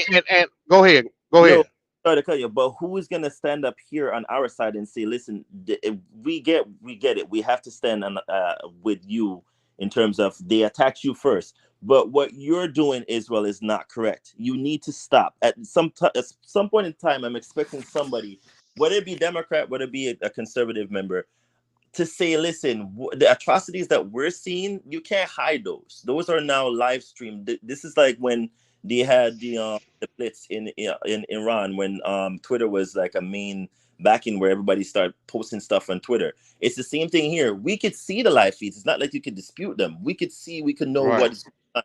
Stand up and say, listen, Israel, yes, what Hamas did to you was wrong, but is Hamas every Palestinian? That would be like us saying every person that bombed Oklahoma City bombing is a Timothy McVeigh. Is it McVeigh? What do you McVeigh? Yeah, McVeigh. Yeah, Timothy McVeigh. Yeah, Oklahoma City bombing. Yeah, right. Like you can't be doing that. It's like they're literally painting everybody in Palestine as Hamas. You can't do that. You're literally killing everybody just to prove a point. That's crazy. Right. You got to stop. And it's funny. It's funny how IDF try to explain everything that they do, and try to make it sound good. Like when over the weekend when they was talking about now this is the thing. You want to move 1.1 million people from northern Gaza down to the south. They're losing their mind. You're losing your mind. You can't transport that much people across to where? To the Gaza Strip, to whatchamacallit? To nowhere for them to go. West Bank, where are they gonna go? And then they don't even want them there to begin with, because there's high-rise developments, like luxury buildings. So where do you want these people to go? That's the issue that the other neighbors are trying to figure out themselves. Where are they gonna go? Are they gonna go to Lebanon? Are they gonna go? You can't bombard these people and expect where are they gonna go? They've been there first. Where are you gonna put them? And these other countries are saying, hey, look, we're not taking refugees. Exactly, and that's what I want. You know what I'm saying? We need I need somebody to explain this to the rest of the world. They're not going to take them in because, again, they were there first. So how do you solve this? This is a game of brinksmanship, right? So, again, I question why our president is there if you're not going to be helpful. Why are you there? Are you coming to strategically put them somewhere? Because from what I've gathered here, Israel doesn't want these people anywhere else. They're not going to bring them and put them in because they don't trust them to begin with. So where are you going to put them? Jordan don't want them. Don't want them. They don't want them, and Lebanon is not in a place or position to take them on either. So where are you going to put these people? Yeah, Lebanon don't even got a government right now. So what you want them to do. You know what I mean? Right. Hell, essentially, Hezbollah is the government. That's my point. So yeah, man, yeah, it's a state of it's a state of madness at this point, dealing with the whole Palestinian question. To your second point, Venkat. Yep. The civil unrest is about to be crazy. Well, I don't know. I don't know if you're gonna go into it later or not, but we got to mention it.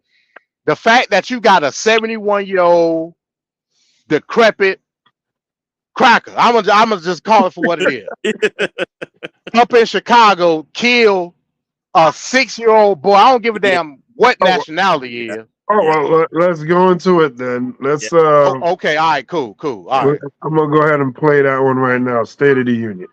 Perfect. In related news this morning, the Justice Department is launching an investigation into an alleged hate crime in Illinois, where a 6-year-old Muslim boy was stabbed to death and his mother was injured over the weekend. Police in Plainfield Township, southwest of Chicago, say the victims were chosen because of the recent attack in Israel. As Catherine Harridge reports, the details are disturbing. Landlord is killing her baby with a knife.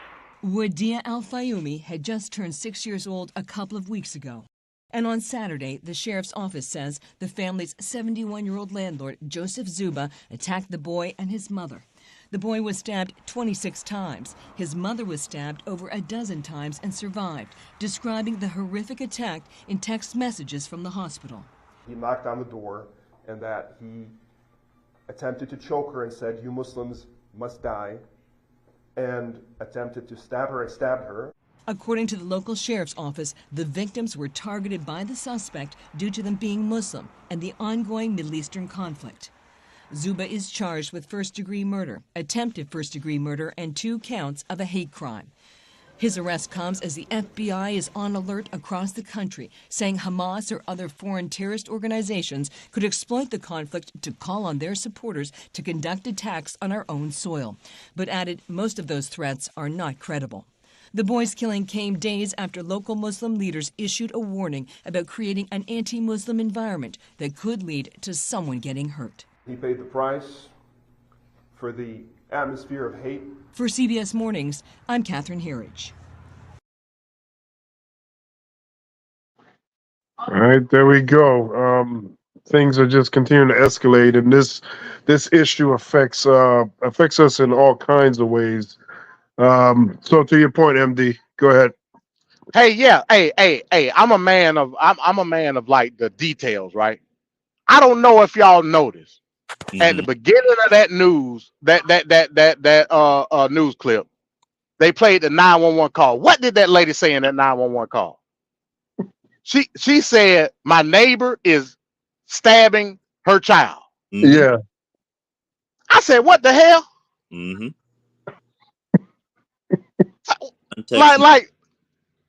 Again, the civil unrest is about to be crazy. On top of that, in direct retaliation to what happened in Chicago, all the way across into Europe, into Brussels, Belgium, you had a man shoot 2 Swedish nationality people in direct retaliation to what happened in Chicago. Oh God. He left a note saying it. Right. Thousands of miles away. Like, this is crazy, man. Again, I don't know. So what I'm telling you is, I'm just talking to my folks now. Stay vigilant, because the civil unrest that's going to be the direct result of what's happening is going to, in my opinion, because we're dealing with ideologies now. In my opinion, it's going to be bigger than what we saw post 9/11. Yeah, but remember, just to add on to that, MD, the post 9/11 was even more crazier to me, because they blatantly just started doing things that I'm like, you have to. It's like it's crazy, because you think people would be smarter and know in context what it is, but I'm like, you're gonna blame everybody that if you see one Muslim person Is that one person? Again, it's the same thing that I say when Timothy McVeigh did the Oklahoma City bombing. I could have went and said all white people are evil. I could have went and said, you see what I'm saying? So you can't just that. I implore people in this country as well as elsewhere, please do not fall into this nonsense. I beg of you, because that child should not have lost his life. I mean, for what? Because you think that you're doing a great thing by supporting Israel, so you went about and stabbed a child multiple times with a knife. What did that child do to you? Did that child come up and hit you with something or said something to you? And even then, he's a child. You're an adult. You're a grown person with a brain cell that could tell you, hey, what is right and what is wrong. You literally killed a child for what? For ideological reasons? Like, are you kidding me right now? This is But what we've seen. Sorry to cut you off, Ricardo, but we've seen so many instances, like January 6 people, and how they rallied together like that, and they created all that chaos, that anarchy. At least five people were killed that day, dozens more hurt, and all because you should know better as an adult, as a functioning adult, but they went with the sauce. Crazy. Go ahead. Yeah. Go ahead. I'm sorry to interrupt you. No, you're good. I'm just saying, yeah, Mike. I expecting people to be smart. I hate to say it, but we live in a country that we're supposed to be free thinkers. The people that think, you know what I mean, like think wisely in terms of what we're doing. Why is it that you let a news, and again, I blame the media, because from as long as we know the media always spins a narrative and they get away with it. I don't think in this age that we are in, people should be allowing the media to dictate what our views are. You should be able to decisively make a concise way of thinking when they say something or display something to you. Okay, but why are you not questioning why it's being said or presented to you a certain way? Why are you then jumping to conclusion to then take on matters in your own hand? That should not have happened. When I heard that news where the guy stabbed the 7-year-old, I said to myself, for what? What reason? Then when they said, oh, because it's directly tied to the conflict, I said, this makes no sense. But okay, you're an adult and you're stabbing the not only did you stab the boy to death, you actually stabbed his mother because she's Muslim. This is what we're doing now, people. Come on, we're not. Let's not go back to what we did post 9/11, because I've seen it in action. It was beyond scary to me, because I've had, and I was living in Canada at the time. For most of the people, just to give you a brief history, when Bush came about and said, "Oh, we got to go into Iraq," Canada said, "No, we're not going to do that." You know why? Because you didn't show us the proof of the weapons of mass destruction. And what the Canadian people did, they went to the Prime Minister and said to him, if you join Bush, we are going to vote you out the next day. So do your political will correctly, or we're going to kick you out of power. And he said, nope. He told Bush flat out, we're not going to join you in Iraq. So I've literally witnessed people, because I've had friends who were actually from Afghanistan at the time, go through some things on the bus and the public transit where people were like abusing them verbally, physically, all because. And I'm saying to myself, we are smarter than what we think we are, but we allow people to dictate and tell us things. And so we fall for the rhetoric. Be smarter. I implore everybody to please be smarter than what you think you are. You are better than that. You are an adult. You shouldn't be killing innocent kids because they are of a different religion than you. We are a country that welcomes, accepts people who are of different nationalities, different ethnicities, different political views, different religions. Why are we now acting like this is brand new information? This is crazy. Do better, people. Do better as adults. We could do better. I swear that Mike need a segment called "What Planet Do You Live On?" He's killing me when he says that. What planet do you live on? Yeah, I agree with everything you're saying there, Ricardo. Go ahead. Yeah, you got to understand, man. Intelligence and ideology is like oil and water, bro. It don't. Yeah, it's great. It don't mix. You know what I'm saying? So good luck with that. But that just shows you the fanaticism of these so-called conservatives and how they really view how a government should be ran. Because they give you the fuel to think this way. That's just what they do. You know what I'm saying?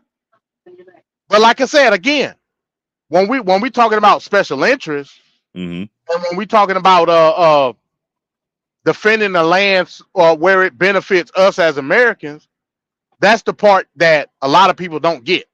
You know what I'm saying? And not necessarily saying that if you feel that way that you shouldn't have that. Yeah, you should have that right. But the American government don't think you smart enough to even comprehend that concept. So they feed you a conservative mindset of religion to make sure that you still back them either way it goes. And as a result, this is the stuff that you see. Now I can say that stuff I can say the same exact thing on the Muslim end. You got countries where they fuel their self-interest based on what the people perceive them to be. Correct. And they feed jihad. They feed Islam being the ultimate factor. So they do it too. Yep. So it ain't this ain't no one-sided thing. You know what I'm saying? Facts. So what I'm telling you is the ultimate factor is realizing that the masses are asses, and you just got to deal with it.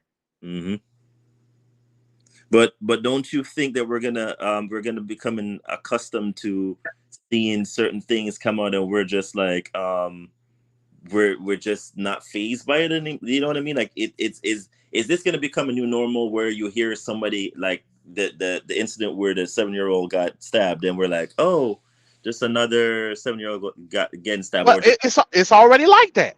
Look, you just said earlier that the media portrays the destruction that happened last week in Israel to a point where it pulls on our heartstrings. Yet we got more evidence by far of the atrocities going on the Palestinian side. Ain't nobody talking about that. Nope. Why? Because we're not programmed to do so. Yep.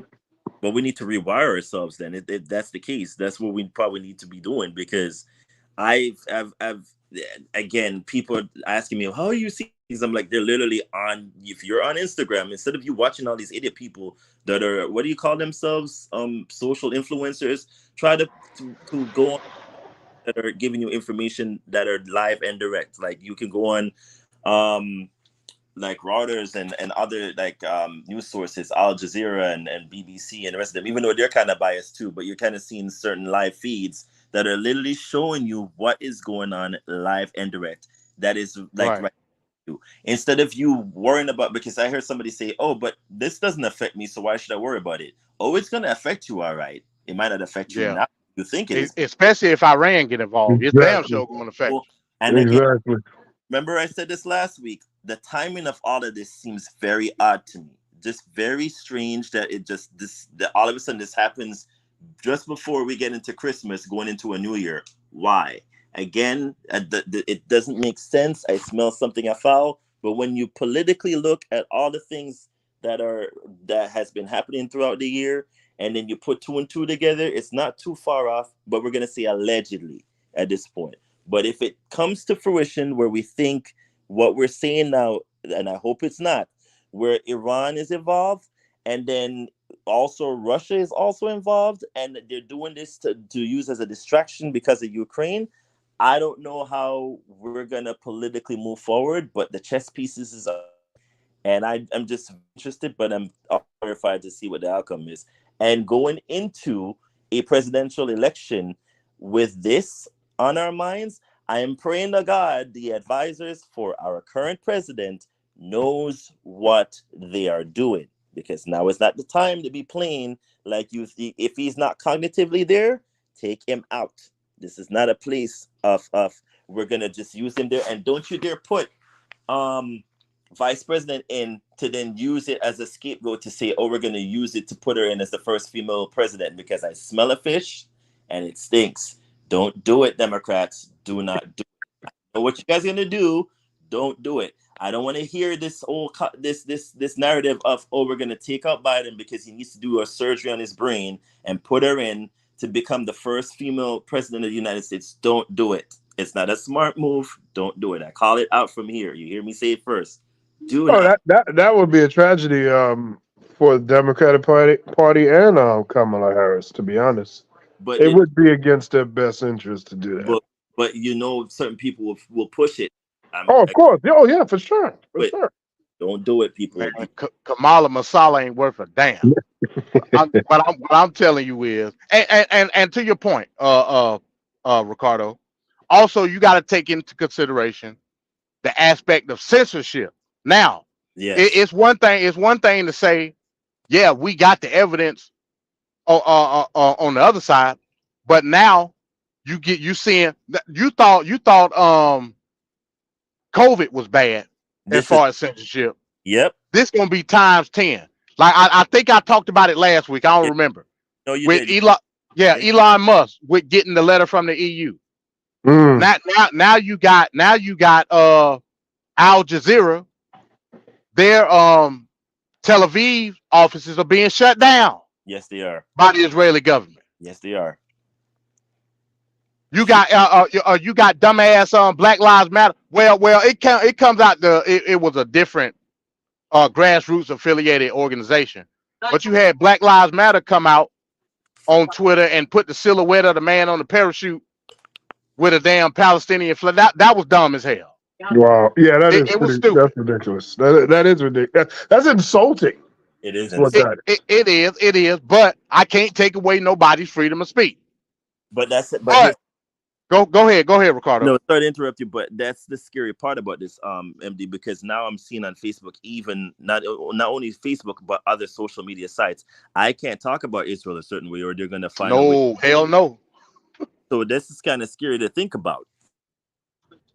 Yeah, like I said, when the whole COVID censorship stuff was happening, and jab, everybody started having to say jab and CV and all that. You thought that was bad. The ADL finna bring a whole new way that you view the internet now. You say one thing about a Jew now, it's like I said, you're gonna be banned from the internet, not just one social media. You're gonna be banned from the internet. You're gonna get a 404 error every time you try to get on something.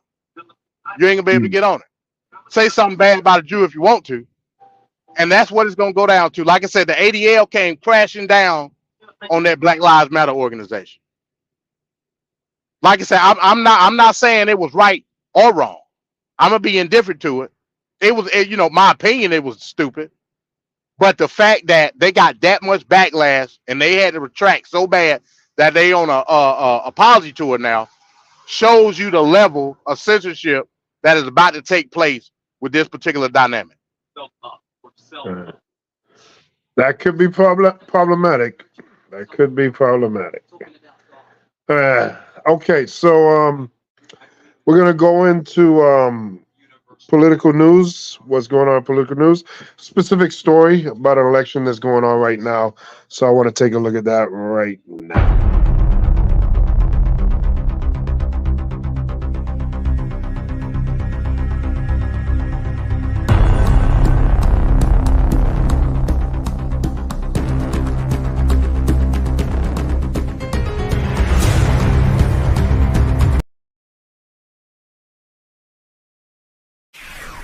While national headlines about political dysfunction in Tennessee have focused on the state's Republicans ousting two black lawmakers in April, Justin Jones and Justin J. Pearson, both of whom later won those seats back, a smaller and even more bizarre story has largely flown under the radar. And this week, that story went from bizarre to sinister.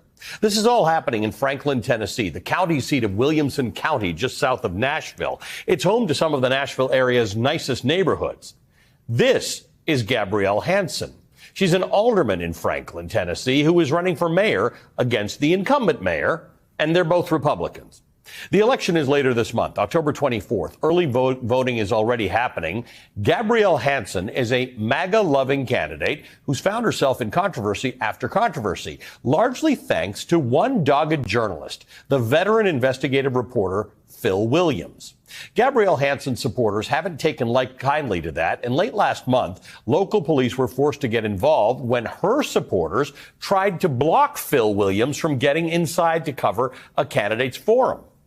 There was another forum this week, and this time, Phil didn't find her supporters at the door. He found some members of a local white supremacist group called the Tennessee Active Club. Here's a portion of his report from WTVF TV. So someone said you were here making a statement, and I don't know what that statement is. No, we're not making a statement. We're here for Gabrielle Hanson's statement. You are? Yeah. Okay. White supremacists protecting a candidate who has made fighting LGBTQ pride events a focus of her campaign for mayor. Some were not too eager for their identities to be known. We're just making sure everything goes well. Okay, and are you concerned about things not going well? It's a possibility, and we're just here to protect Gabrielle. You're here to protect her? Yes. I hear you're all here for Gabrielle? Yes, sir. So what's the purpose? We're just here to show her some support, that's all. The man on the left is Sean Kaufman, who has been described by the Stop Anti-Semitism watchdog group as, quote, a disturbed neo-Nazi and Holocaust denier with a documented history of violence and a massive cache of firearms. Gabrielle's a friend of mine, and she's had some credible threats against her, so I'm just posted up out here. Okay. Show her some support. Then there's Brad Lewis. He's the operator of the Lewis Country Store on the far west side of Nashville, a store known for its extreme right-wing messaging. When the store recently went on the market, Gabrielle Hanson was the real estate agent who got the listing. A recent investigation by the Southern Poverty Law Center revealed how the second floor of the store was being used as a white nationalist fight club. Lewis responded in a post on Telegram calling himself an actual literal Nazi. Hanson and a hired security guy, no connection to the Active Club, were joined by Sean Kaufman, the Nazi-saluting figure who apparently heads the Tennessee Active Club, which made us wonder, why would she be associating with such figures? Ms. Henson, the people you're with have described themselves as literal Nazis. Is this the type of people you should be associating with? Excuse me, Phil. They have said they're literal Nazis. Ms. Hanson alone, please. Is it time that you don't harass? She is here with people who have described themselves as Nazis. Is that appropriate for someone who wants to be the mayor of Franklin? Those were questions her supporters didn't want us asking. Now, after the appearance of literal Nazis and white supremacists at Monday's forum, Franklin's board of mayor and aldermen released a statement denouncing what happened. They also stated that the board will not, quote, tolerate any form of hatred, intimidation, or violence directed at our residents, media representatives, or anyone else attending or participating in the democratic process, end quote. Every member of the board signed on to that statement, except, yeah, you guessed it.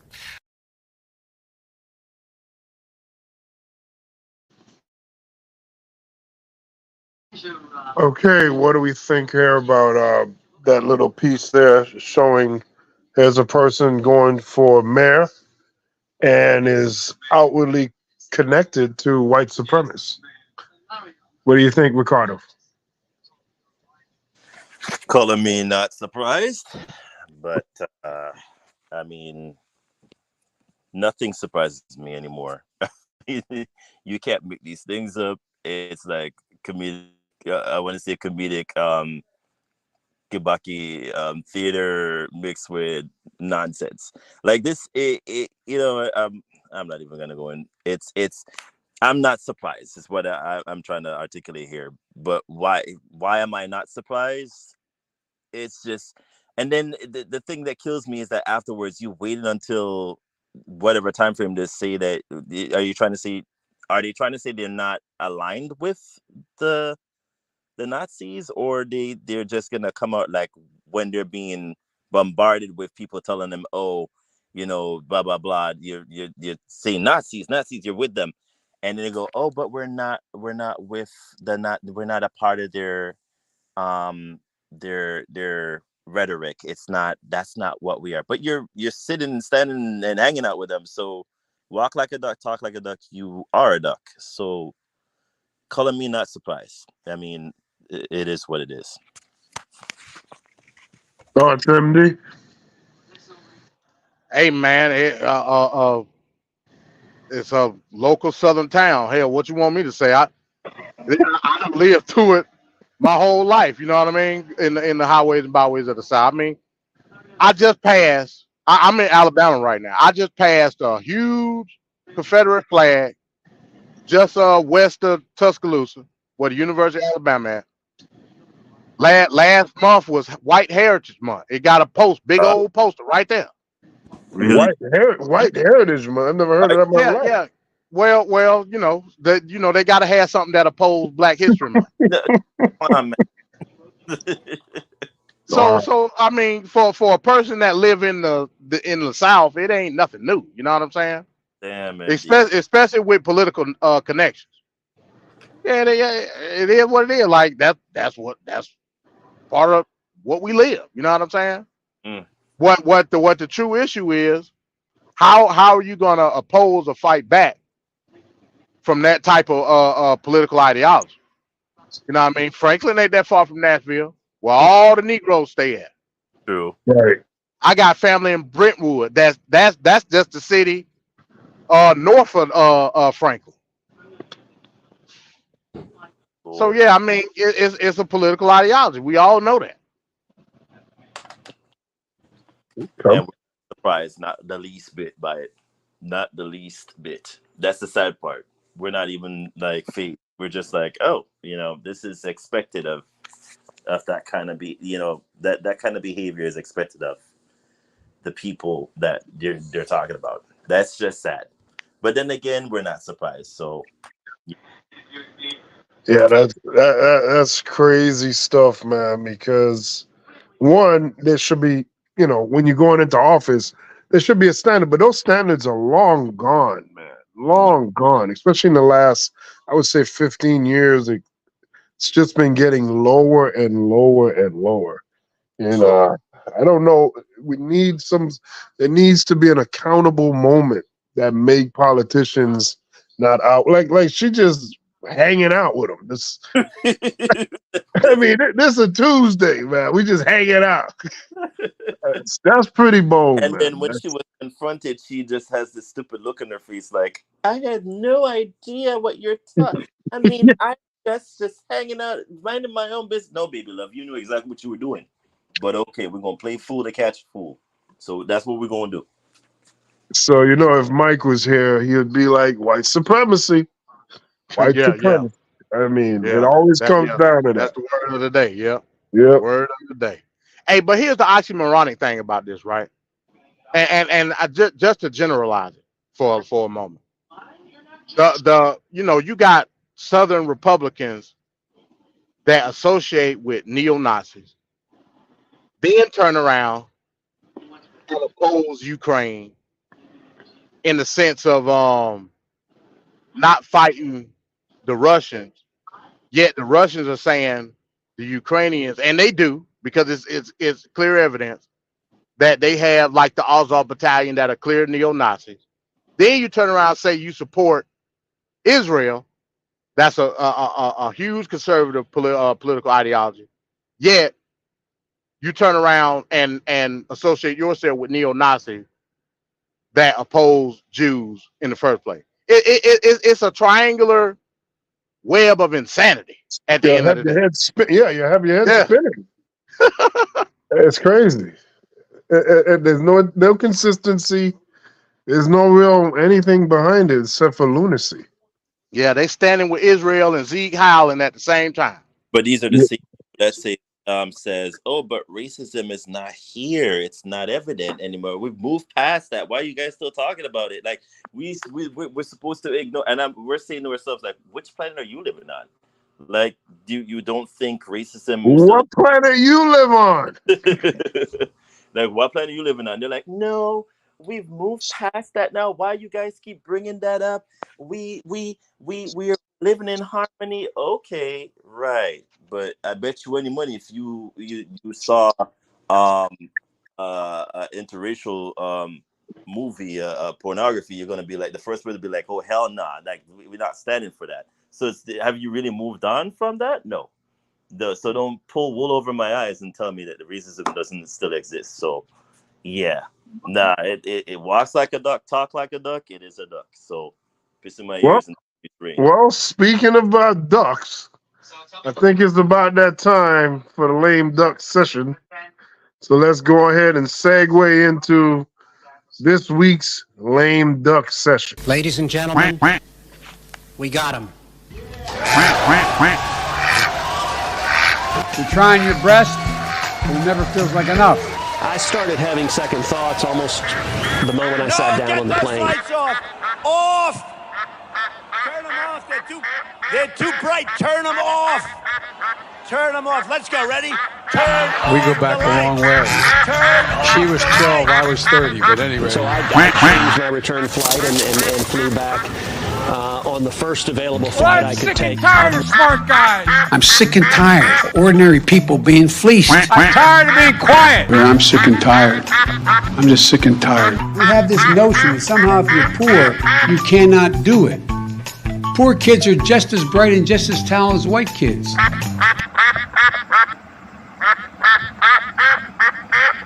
With great power comes great responsibility.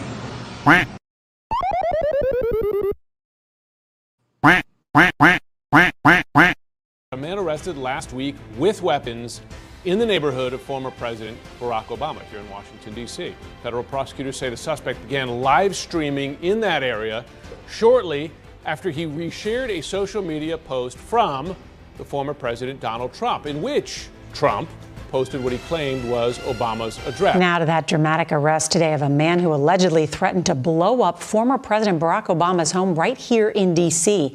As CBS's Jeff Pegues has learned from his federal law enforcement sources, the suspect was also wanted for the January 6th attack on the U.S. Capitol. Law enforcement officials tell CBS News that 37-year-old Taylor Taranto was spotted in former President Obama's Washington neighborhood this afternoon. When police approached, he ran toward Mr. Obama's home before being arrested with multiple weapons and explosive materials. Officials were concerned because Taranto had been live streaming threats in recent days that have since been deleted. His conversion van, parked nearby, was adorned with American flags and the words "Patriots Win" written on one of the windows. Taranto was being sought by the FBI and Capitol Police for his alleged role in the January 6th attacks. It's very troubling. Anytime you have an individual who is focused on an event like January the 6th, who is in a vehicle, who has apparently the materials to make Molotov cocktails, and he's in the close proximity to a former president. District of Columbia police have arrested a man suspected of threatening to blow up former President Barack Obama's home here in Washington. Authorities say he had the materials necessary to make an explosive device similar to a Molotov cocktail. New details on a story that we brought you last week. The same day, a Washington man was arrested with weapons near the Obama home. Former President Donald Trump posted on social media what he claimed was the Obama home address. The suspect, 37-year-old Taylor Taranto, was already wanted for a number of charges, including involvement in the January 6th insurrection. That man is behind bars right now.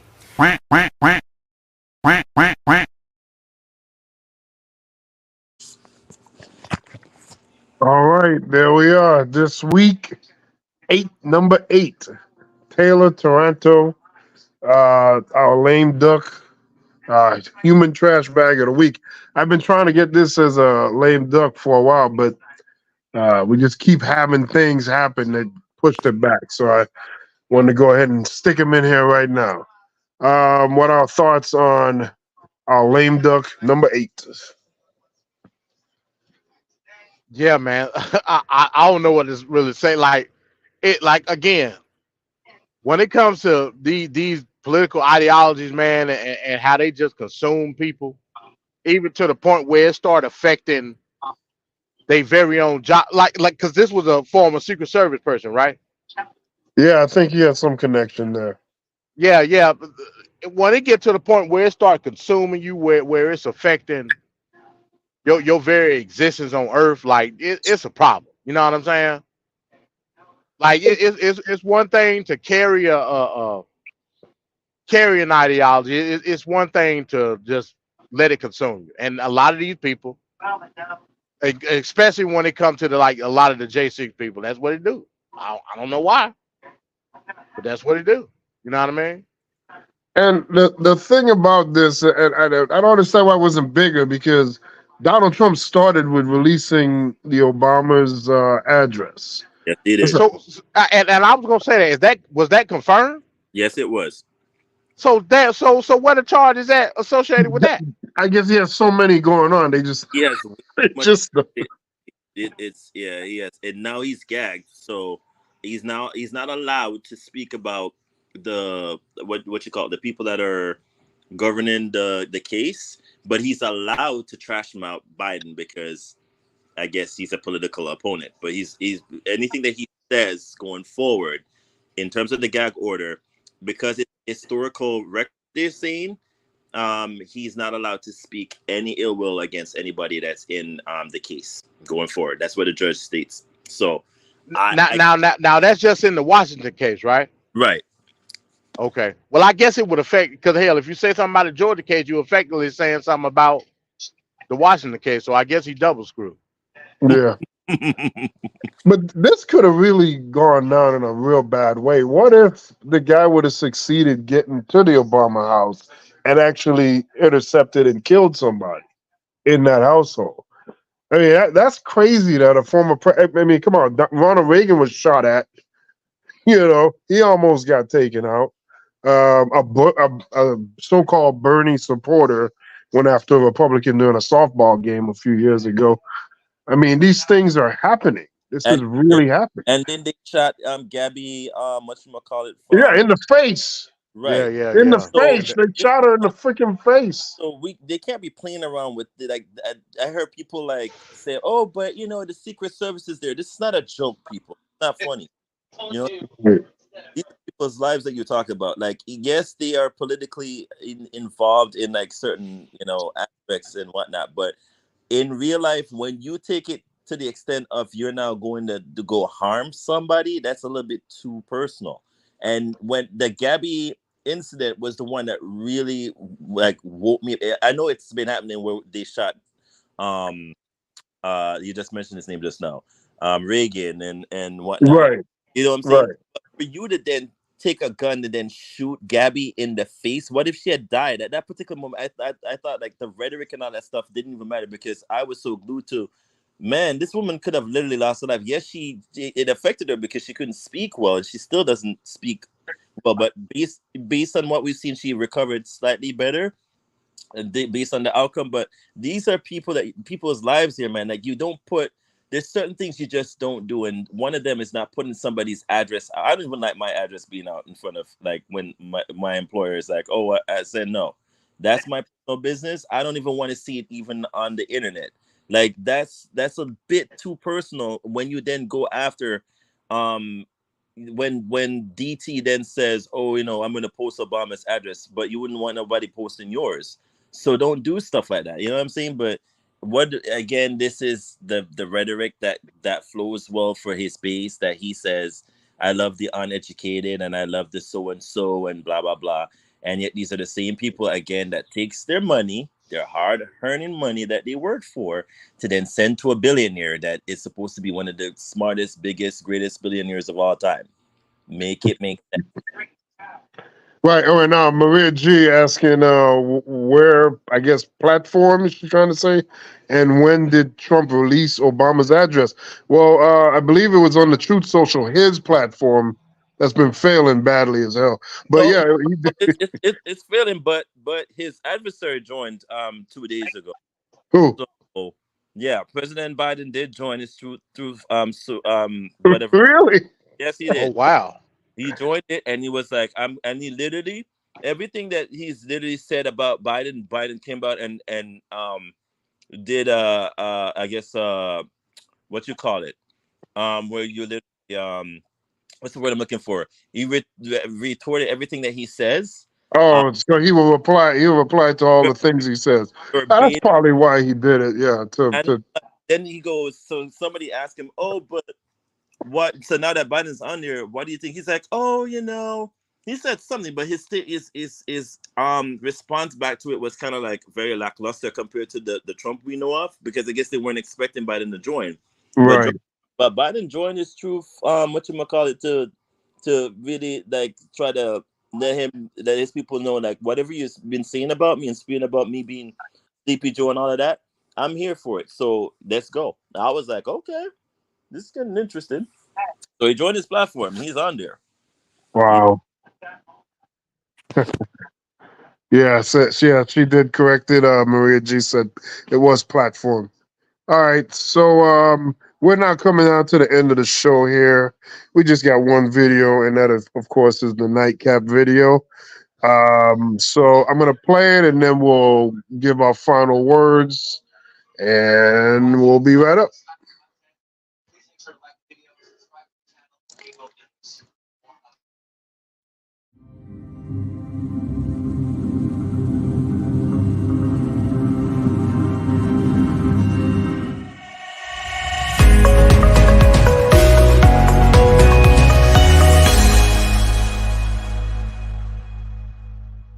Also, the Hamas forces are believed to have brought multiple Israeli captives back into Gaza. Do you know anything about that? What can you report at this stage?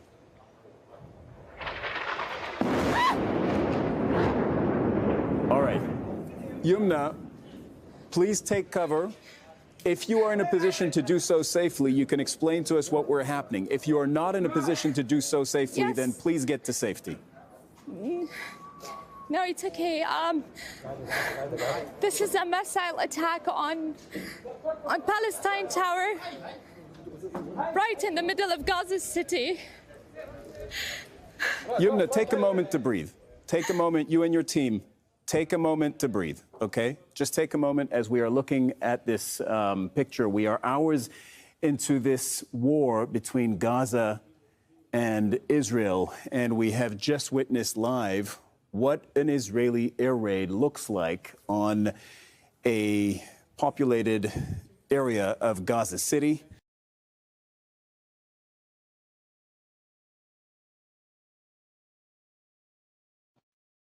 All right, that's the that's the nightcap video this week. What are our thoughts on the video we just saw?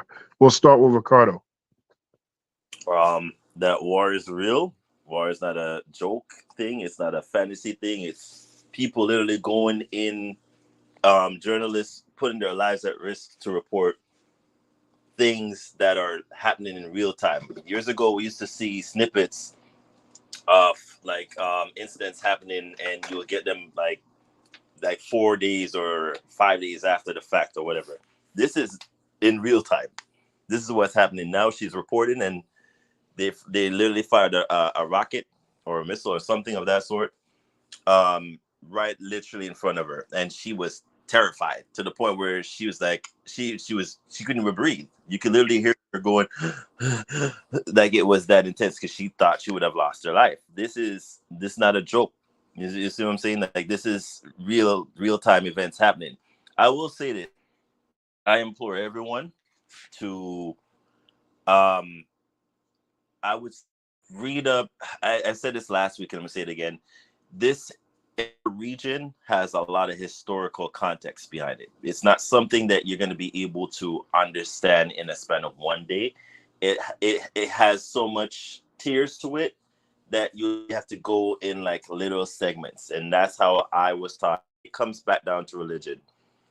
Again, I can never understand how religion is completely destroyed or decimated this over ideology and beliefs, and it's just ridiculous. But it comes back down to you understanding the history behind why this is happening for you to get the context. It's a lot, and it's happening in real time, and I don't want us to become desensitized to what we're seeing, because the age that we live in, we're so fickle. 1 minute we're going to be talking like this literally started a week ago, I believe, and bet you any money we're going to get distracted by something else, and it's just going to be like on to the next one. So I implore everybody to follow up by knowing what you're reading up on or what you're seeing in real time, but don't get too desensitized by it. But just, be cognizant of what you're seeing and know that there's two sides to every story, if that makes sense. And I'll leave it at that. But it's scary watching that in real time, to see her like jump and be terrified in that moment. And I'm sure the video didn't do justice to how it really was. And don't let your kids watch these things, by the way, because it can become very harmful to their psyche, by the way. What you think, MD? Yeah, man. Yeah, I agree with what Ricardo said, man. I commend these people putting their life on the line to show what's really going on. You know, they say the first casualty of war is truth. So these are the people that's showing you how it's really going on. CNN, Fox, these people ain't gonna they gonna show it from Tel Aviv, like Anderson Cooper did. They not getting in the trenches like these people. A couple days ago, a reporter from Reuters got killed in the airstrike at the Lebanon-Israel border. Yes, he did. Two others from Al Jazeera was wounded. And hell, the way they talking about it, they saying that may have been a deliberate attack. Yes, it is. I will go. You know what I'm saying? Yep, it is. It was. So again, man, these people putting their life on the line to show you exactly what's going on from a non ideological, a non partisan perspective. That's how the news is supposed to be ran. So I commend these people for doing this. Anderson Cooper ain't getting his ass putting no bulletproof vest on and a helmet, getting out there in the trenches and telling you what's going on, because he got an agenda that he got to push. Yep. You know what I'm saying? For anybody from Fox News or whatever, hell, even I've been watching some of these Israeli news sources, even though I don't know what they're saying, but they firmly in the grasp of whatever building that they are. They're not showing you what's going on. They got an agenda to push.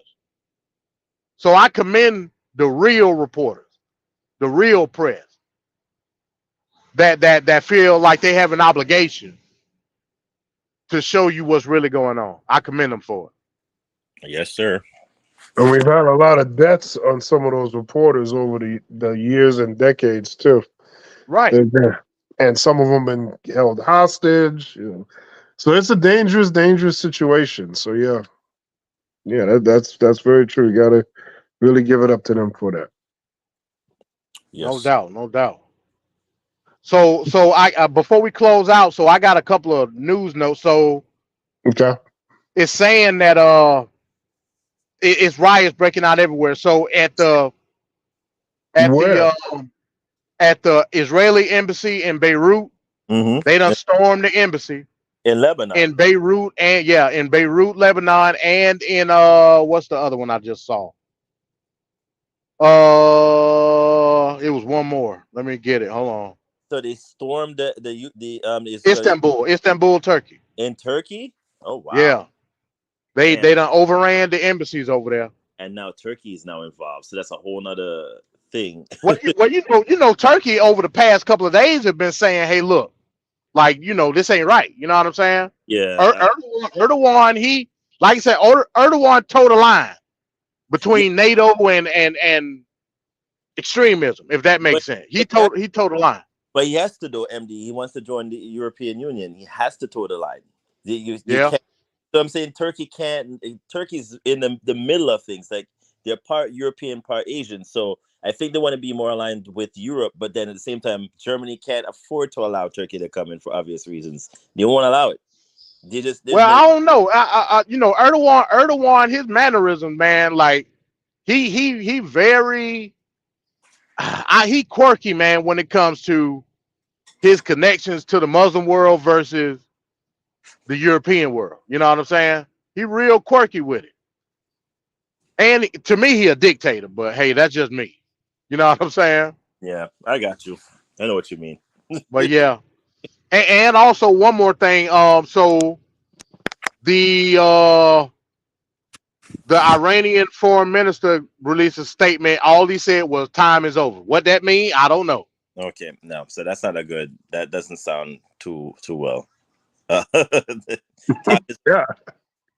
Time is over for the bombardment or the kebab or whatever they call it. I don't know. Wow. Now keep into consideration, right? You know, Anthony Blinken was in Qatar.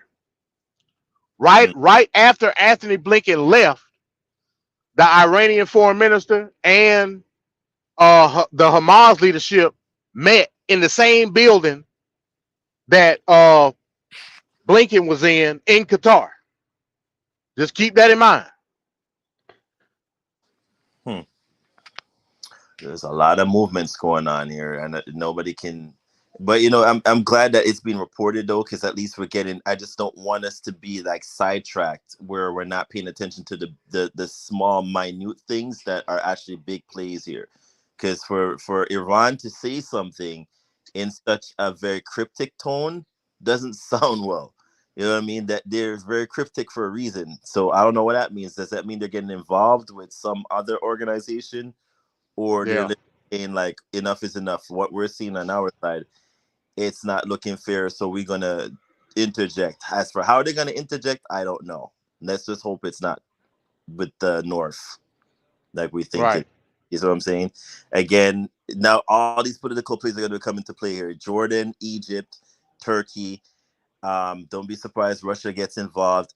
It's all again. How did World War II or World War I start? By alliances. This is what we mean. This is where you hear me say, like, you guys got to do your research. There's all alliances. Alliances is what causes conflicts. Because when one jumps in, the other one has to jump in to back the other person. So this is what's happening, and this is where this country has to walk a towed line as well, because they back Israel, but at the same time, you have to condemn what they're doing in terms of the atrocities we're seeing with Palestine. So then again, why is our president there? What is he going to be saying tomorrow? I am very much glued, because I would love to see how he's going to walk on eggshells. He has to be very, very careful tomorrow. But let's just hope, Lord, please just let there be a cancellation of whatever he's planning to do tomorrow, and we'll just call it at that. But yeah, man, yeah. Let him do a photo op and leave. Biden's gonna go in there like Mr. Magoo again. Yeah, and it's gonna be something to see. That may be for the best. Yeah, you know what I'm saying? Yeah, that Mr. Magoo. I'd rather have him stumbling and bumbling and falling and don't know where he at. Lord. Yeah. Rather than saying something stupid. Yep. Just takes one gaffe. Lord. All right, so we come to the end of the show. We'll start with MD on last words before we break out. Oh no, yeah. Peace to everybody, man. Great show. Again, I say to my people, man, stay vigilant, because you got the wackos out here, and tensions are running high right now. So this is a very, very emotional time in not just this country but around the world when it comes to the ideological differences of Islam and a Christian backing of the Jewish perspective. Take into account also the hospital that was hit. That was a Christian hospital. Oh, was it? Yes. Well, it just keeps getting worse. Damn. I did not know. Remember, it was called Alamon Baptist Hospital. And that's where people were seeking shelter, and Right, yeah. And they're saying it was Hamas that did this. This is the narrative. Yeah, believe that if you want to. Mm. But again, no matter who did it, under Article 1 of the Geneva Convention, it's a war crime. Yes, it is. So again, that's why I said if Biden say the wrong thing, he could kiss his second term goodbye. For sure. That's for sure. I could agree with what MD saying now. All right, Ricardo, last words. Last words. Yeah, I think I'm gonna agree with Maria. Shout out to Maria G in the chat that this has a lot to do with Netanyahu. He has a lot, just like Trump. You remember Trump had a lot of legal issues and a lot of things that are coming about that he's trying to use it as a distraction. I think this is what's coming into fruition here with Netanyahu. I hope at the end of this he doesn't create a more bigger political firestorm that it needs to be. But if the Israeli people are smart, because he shouldn't think he declared of prime minister for maybe MD could correct me. He did something in his in their political in their Constitution. yeah, changed something. Yeah, And it's yeah, yeah. He changed the he did the judiciary reform. What he did right. was he put more power in the Knesset that was supposed to be basically he took away powers from the judges and gave it to the Knesset. Mm. So that sounds Knesset being the parliament. so that sounds like a dictatorship waiting to happen. And I don't think a lot of Jewish people well then again I could be wrong. They No, but probably before this war, the Israel was very much divided, and there they was a lot of Yeah, contention going into the war. yeah. particular It's a lot of Jews that want Netanyahu out now. yeah Like Right.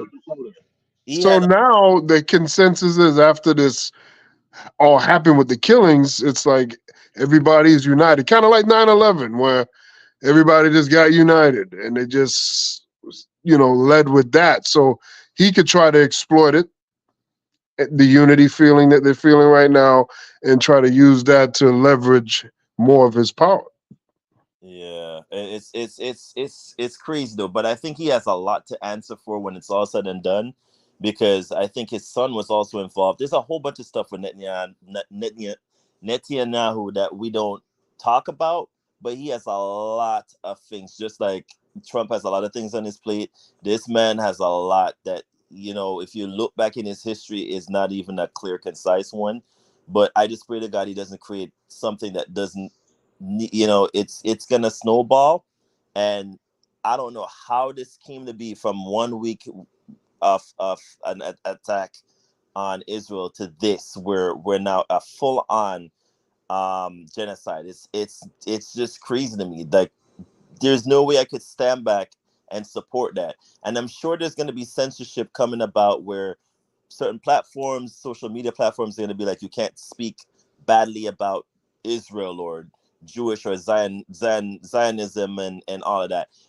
Um, excuse me. I pray to God that we as people here in the United States can think freely, can speak, because that's one of our great institutions, is that we have the freedom of speech. And whether or not I like what you say or do, that's not up for me to say. It's in our constitution that states that you have speech, so we're allowed to speak. So when you censor us, when we talk about events, that's kind of scary, because then who is now policing why we're being censored? You know what I mean? So we're putting too much power to Facebook, certain social media sites, and certain organizations. You can't censor free speech. I might not like certain people say, allowed to speak their mind. That's one of the most important provisions in our constitution. So in closing, I just want to say, everyone, just again, be vigilant, but also don't get so caught on what the media is saying. Do your follow-up research into other sites like how do you say the word? Al Al Jazeera. Jazeera. Al Jazeera, right? Al Jazeera. There's other than Al Jazeera, there's others like I still do BBC. I go around with The Reuters. BBC is awesome. I like them. You know, I like them a lot. I mean, they're kind of skewed sometimes, but they're still fair in terms of what compared to other news sources. They're a lot more better. There's Reuters, Thompson. There's a whole bunch Like of NPR. I like yeah NPR too. that you can All look at. things considered. So I mean, just don't get stuck and get caught up and sucked into the push that you're seeing from one. Try to look at everything from every angle and aspect, because the things that I've seen in the past week, and then to add the icing to the cake, the blowing up of the hospital today, which is supposed to be a safe sanctuary for people not involved in this, is really sad to watch. And I just pray that we could come to. I'm gonna be like one of those people. I wish for world peace. It ain't gonna happen, but I could hold out hope and pray that do the right thing and support the people and pray our president doesn't get sucked into the foolishness of saying things that he's not supposed to say and jump to things that he's not supposed to say when, you know, in the moments. And we just, you know, go from there. But we need, at the end of this, we need a Speaker of the House. Please, I pray to God that we get one by tomorrow. I don't think that's going to happen either, but that's me wishfully thinking. And I'm going to end with that. Just do your research. Follow up by understanding what we're seeing in the media is not always what is supposed to be portrayed. And do your civic duties. Like, make sure you're up to date on civics. It's the most important thing here, because if you're not briefed and abreast by certain things, you fall victim to nonsense, like Trevor would say in his closing speeches. So that's that. No doubt. No doubt. All right. So I'd like to thank my panel, the most dangerous panel in all of politics, MD, Ricardo. I'd like to thank everyone in the chat, especially Tequila. Thank you for the support. I'd like to send a shout out to Mike, others, and a shout out to Trevor, the Beard King. Hey, real quick, this just came in from the Pentagon Press Secretary John Kirby. It says President Biden is angry about what happened at the hospital in Gaza and directed his national security team to collect information to find out the detail. How you gonna collect information in the war zone? I don't know. But that's what they put out. Well, that's encouraging to me. I think that's they're letting it be known. I don't know if that's posturing or theater, but we'll see. We'll see. All right, man. Good show, y'all. All right. So we'll see you guys next time on Taste Fish Politics, TFP. For my colleagues, have a great evening, and thanks for joining us this evening. Peace on out.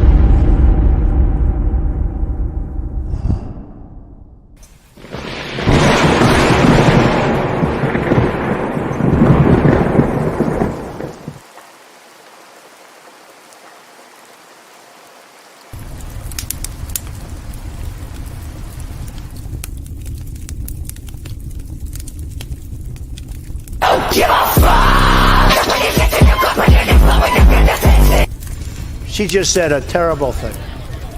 You know what she said? Shout it out, because I don't want to.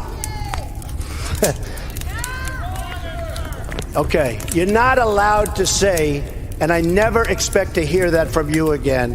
She said, I never expect to hear that from you again. She said he's. That's terrible. Terrible.